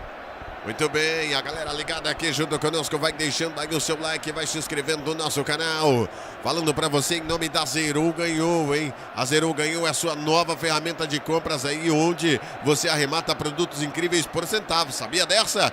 Clique agora mesmo no link da descrição e ganhe R$50 em bônus pra jogar. Tudo com o código de Brão, não perca tempo. Depois de cadastrado, é só comprar o pacote mínimo e utilizar os seus bônus. Bora se divertir na Zero Ganhou, parceira aqui da Debrão Sport Brasil. Sai para jogo aqui a equipe do Manchester City, recebendo aqui o Akanji. Achei o Akanji um pouco abaixo hoje, hein, João Vitor? Eu também, Cosbito. Fez uma atuação irregular hoje na zaga do City, com alguns erros de passe, erro de marcação. Não fez aí uma boa partida o zagueiro Akanji. Muito bem, e aqui toca a bola a equipe do Manchester City. Veio na recuperação, mas tem falta ali em cima do McAllister. Falta em cima do McAllister, 38 minutos jogados. E você vai deixando aí o seu like, vai se inscrevendo no nosso canal. Saudação especial aí para todos vocês. Já estamos com o pré-jogo aberto para você. Entre o pré-jogo aberto aqui, né?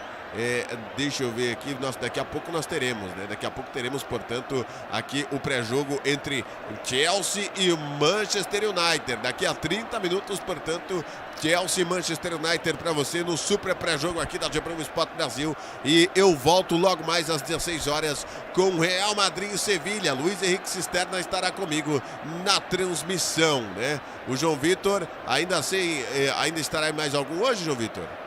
Não, hoje não, Cosvito, mas com certeza estarei acompanhando vocês, a nossa equipe de Bro aqui em ação.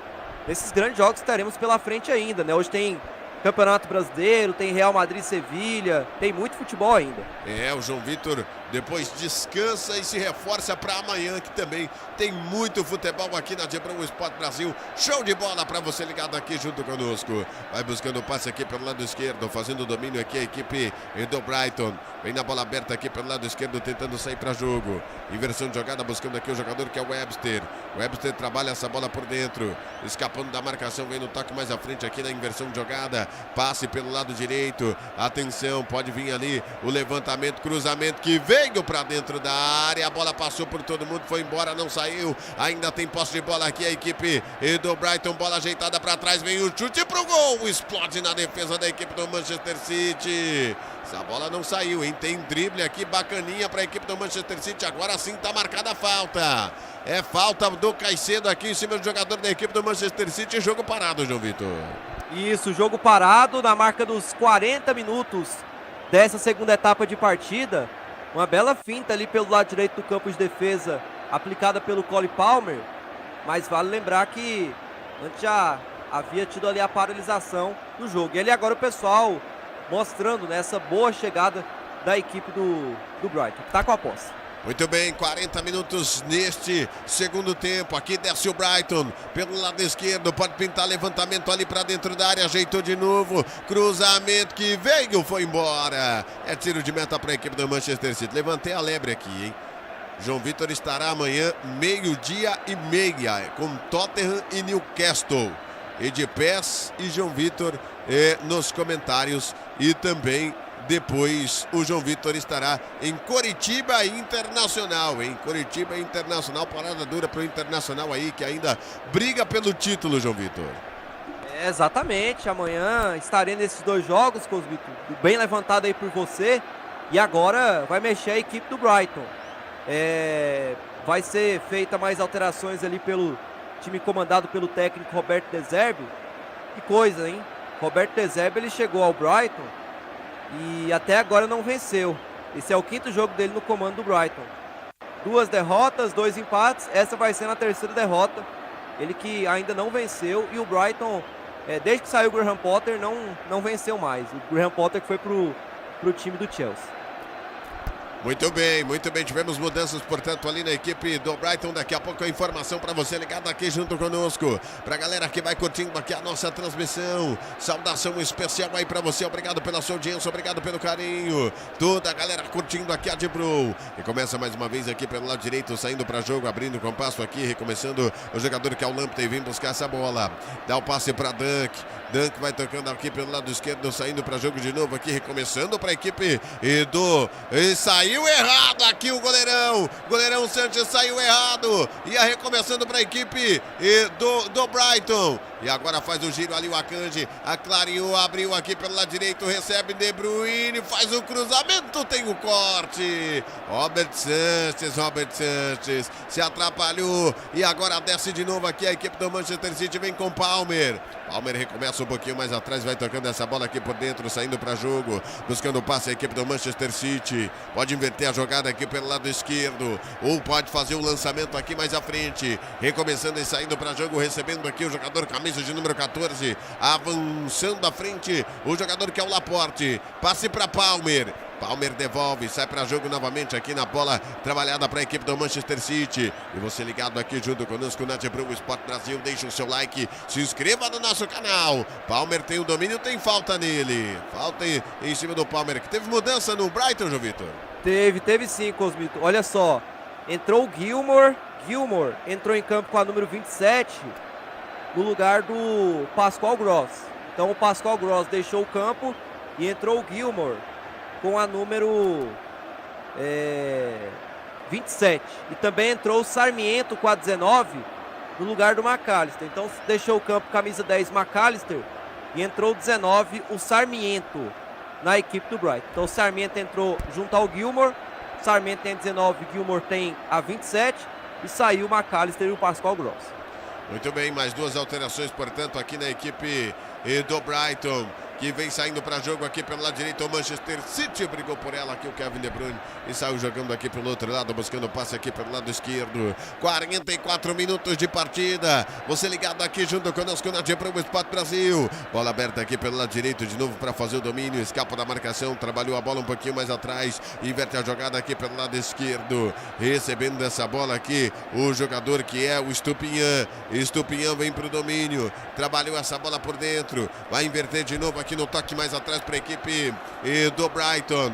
Abriu pelo lado esquerdo, recebe aqui o Webster. Veio no toque, começa de novo aqui para a equipe do Brighton. Vai trabalhando essa bola aqui mais à frente para a equipe do Brighton. E a galera ligada aqui junto conosco na Debrou Sport Brasil. Abriu no compasso mais à frente, recomeça de novo aqui a equipe do Brighton. Saiu para jogo ali o jogador que é o Gilmore. Tem arremesso lateral a ser cobrado. Lateral a ser cobrado aqui para a equipe do Brighton. Subiu a placa, hein, João Vitor? Mais 4. Isso, vamos até 49 minutos aqui no Etihad Stadium. Depois que o Manchester City fez o terceiro gol, né, com o De Bruyne, o Manchester City teve muito mais conforto, né, para administrar o resultado. O Brighton também sentiu muito o terceiro gol e a gente vai se encaminhando aqui para mais uma vitória do City. Se recupera, né, depois de perder na última rodada por 1-0, né, para a equipe do Liverpool. Foi a única equipe que venceu na temporada o City, né, nos 2 jogos disputados entre City e Liverpool. Foram 2 vitórias do Liverpool. Cosmito, mais de 1.300 pessoas participando, faltando apenas um inscrito para 298.170. Faltando apenas um inscrito para nossa meta. Que é isso, pessoal? Bora se inscrever no canal da Debrou Esportes Brasil. Faltando apenas você para concorrer ao Xbox Series S. Tá quase sendo sorteado o Xbox Series S. Falta muito pouco para a gente sortear com 300 mil inscritos. Então se inscreve aí no canal, clica no botão vermelho de se inscrever e deixa o seu like também. Deixa a sua curtida. Faltando 10 likes para 1.600. Bora buscar os 1.600 likes. Deixa a sua curtida na transmissão.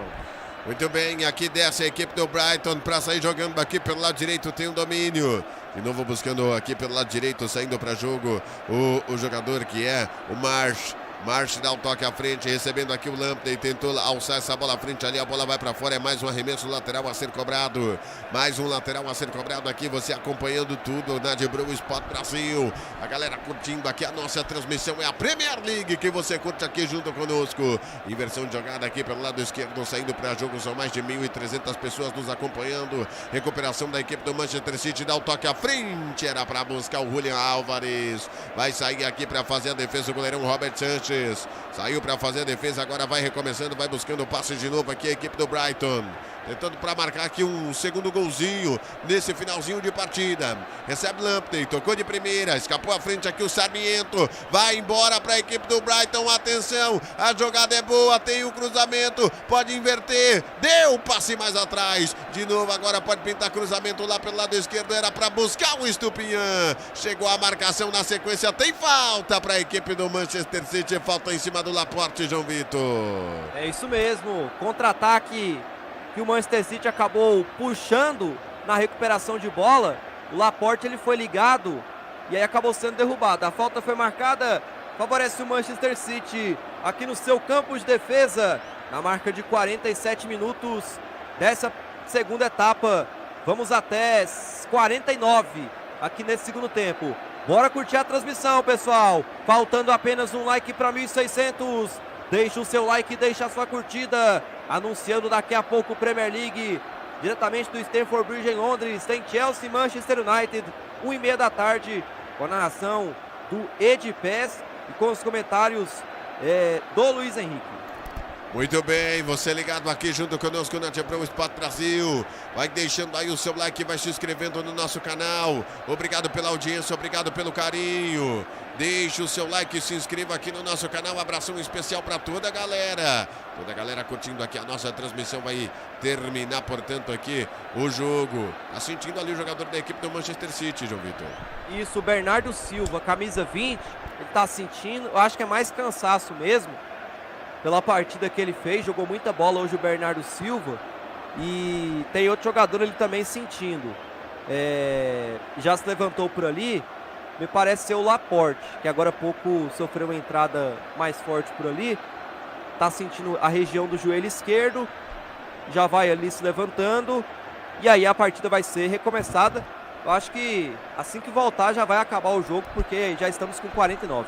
Muito bem, vamos chegando, portanto, aos 49 minutos e você ligado aqui junto conosco na Diabrão Sport Brasil. Recompõe aqui a equipe do Manchester City. Tocou de cabeça aqui a equipe do Brighton, tentando sair aqui pelo lado direito, à frente. Recomeça, sai para jogo aqui na boa. Sai para jogo aqui, afastando de qualquer forma, lançando essa bola aqui pelo lado esquerdo, dominando a equipe do Brighton. Mas o lançamento aqui à frente, lançamento que veio, a bola vai para fora, o árbitro vai encerrar a partida, o lateral é para a equipe do Manchester City, ele vai aguardar, já chegamos aí à marca dos 50 minutos, tem lateral para a equipe do Manchester City, vai para a bola, o jogo cancela, o árbitro quer jogo. Porque é jogo aqui, já a cobrança do lateral. Trabalhando essa bola, veio na tabela, brigou por ela, Julian Álvares. Escapou da marcação, tome contra-ataque agora para a equipe do Brighton. Tem falta. Já não encerrar o jogo, vai estar tendo falta, vai estar parando o jogo toda hora ali. E nós já vamos para 50 minutos e 20. Falta do Akanji em cima do jogador da equipe do Brighton. Falta que veio aqui do Akanji. E você ligado junto conosco aqui na Diabrão Sport Brasil. Deixe o seu like e se inscreva aqui no nosso canal. Agora sim! Apita o árbitro! Final de partida! 3 para o Manchester City, 1 para o Brighton. Grande vitória do Manchester City em costa do Arsenal na classificação da Premier League, João Vitor.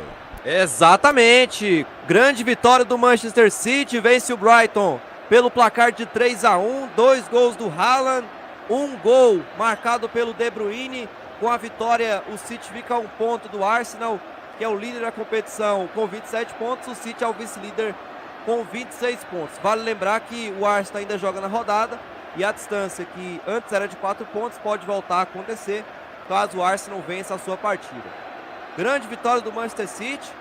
Um jogo difícil, um jogo complicado para o City, até porque o Brighton é uma boa equipe. É um time que teve um trabalho bem longevo aí com o Graham Potter, agora sendo substituído pelo Roberto De Zerbi, né? Que assumiu a equipe no lugar do Graham Potter, né? Que acabou indo para a equipe do Chelsea. E foi um primeiro tempo bem disputado, né? O City foi melhor, mas a gente tem que levar em consideração que o Brighton foi um time muito guerreiro, né? Foi um time que adiantou as suas linhas de marcação, tentou incomodar a saída de bola da equipe do City. Inclusive, por conta dessa marcação, a equipe do City teve alguns erros na saída de bola, e um desses erros foi até crucial para a primeira finalização do jogo, né, que foi do lado do Brighton. Aos 10 minutos ali, o Ederson foi tentar abrir uma bola pelo lado esquerdo da sua defesa, entregou a bola de graça para o Welbeck, e aí ele tentou surpreender o goleiro Ederson, mas acabou mandando essa bola por cima da meta do goleiro da equipe do Manchester City. Depois disso, a equipe do Manchester City começou a entrar no jogo, a engrenar suas jogadas, trabalhando muito pelo lado esquerdo ali com o Grealish e a presença também do Bernardo Silva. E o gol do City não demorou muito tempo para sair, né? Saiu aos 22, na primeira chance do City no jogo, né? Um lançamento que veio do Ederson, um lançamento lindo do campo de defesa, e aí a bola chegou pro Haaland, que conseguiu ganhar da defesa. Depois da saída equivocada do goleiro Robert Sanchez, saiu batendo cabeça, o Webster, zagueiro, acabou falhando e escorregou, caiu no meio do caminho. E aí o gol ficou aberto pro Haaland, né? Que com a sua qualidade sempre conseguiu ampliar o seu espaço ali dentro da área e fazer o gol para a equipe do Manchester City. Com o primeiro gol marcado, era natural que a equipe do Brighton fosse se expor, mas a equipe do Brighton, nesse período em que sofreu o gol, não conseguiu ter uma grande oportunidade, e o Manchester City acabou ampliando o placar aos 43 com o Haaland novamente, né? O Bernardo Silva, ele foi derrubado dentro da área. Como eu destaquei, o Bernardo Silva, ele jogou muita bola, foi um dos grandes protagonistas nesse meio campo da equipe do City. Foi derrubado pelo defensor Veltman dentro da grande área. O pênalti foi marcado e aí na cobrança o Haaland foi com muita qualidade para a bola e deslocou bem, né, o goleiro Robert Sanchez. A bola foi no canto esquerdo do goleiro. Ele até chegou a pular na bola, mas não conseguiu fazer defesa. Pular entre aspas, né? Porque ele foi pro canto esquerdo, só que ele foi meio de joelhos, né? Pro canto esquerdo. Ele pulou até meio estranho. Mas o City conseguiu fazer esse 2-0 no primeiro tempo. O Haaland com certeza foi um grande protagonista, né? Chegando a 22 gols em 15 jogos com a camisa do Manchester City, sendo 17 gols em 11 jogos na Premier League. Ele marcou seu segundo gol de pênalti com a camisa do City.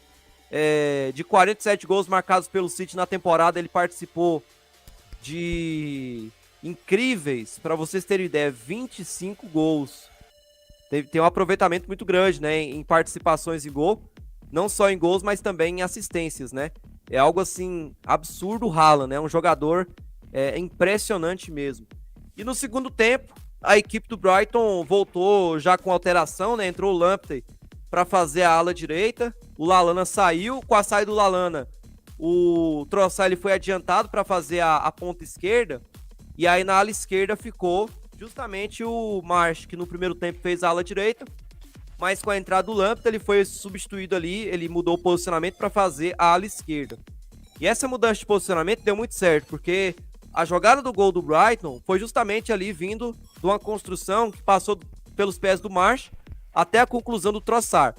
Trossard recebeu essa bola na entrada da área, fez uma linda finalização cruzada lá no cantinho de direito baixo do Ederson, que nada pôde fazer, e o Brighton conseguiu empatar o jogo aos 8 minutos da segunda etapa. Com o gol de empate do Brighton, a equipe do Manchester City voltou a ter mais a posse de bola, apesar desse início muito positivo por parte do Brighton, que incomodou, buscou bastante o jogo, mas a equipe do Manchester City, com as substituições que foram sendo feitas, né, com a entrada do Phil Foden, com a entrada do Cole Palmer, o time acabou melhorando em campo. O Phil Foden entrou justamente para fazer a ponta direita, depois da entrada do Cole Palmer, ele até mudou o posicionamento para vir jogar aqui pela esquerda, e aí o City conseguiu marcar o terceiro gol com o De Bruyne aos 30, né?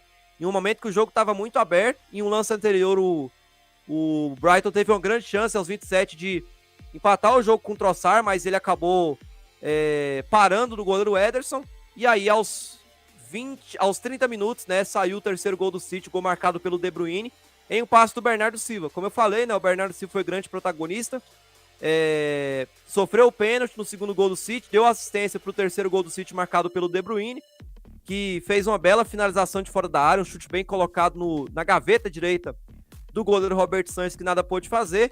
E a partir do terceiro gol do City, né, a equipe do Brighton não chegou a incomodar mais. Claro que o Brighton atacou o City, mas não foi nada demais. O City conseguiu administrar bem o seu resultado. O Brighton também sentiu demais o terceiro gol tomado, até porque o time vinha bem, vinha pressionando bastante o City, tendo oportunidades, mas quando o time tomou o terceiro gol, o time deu uma desanimada.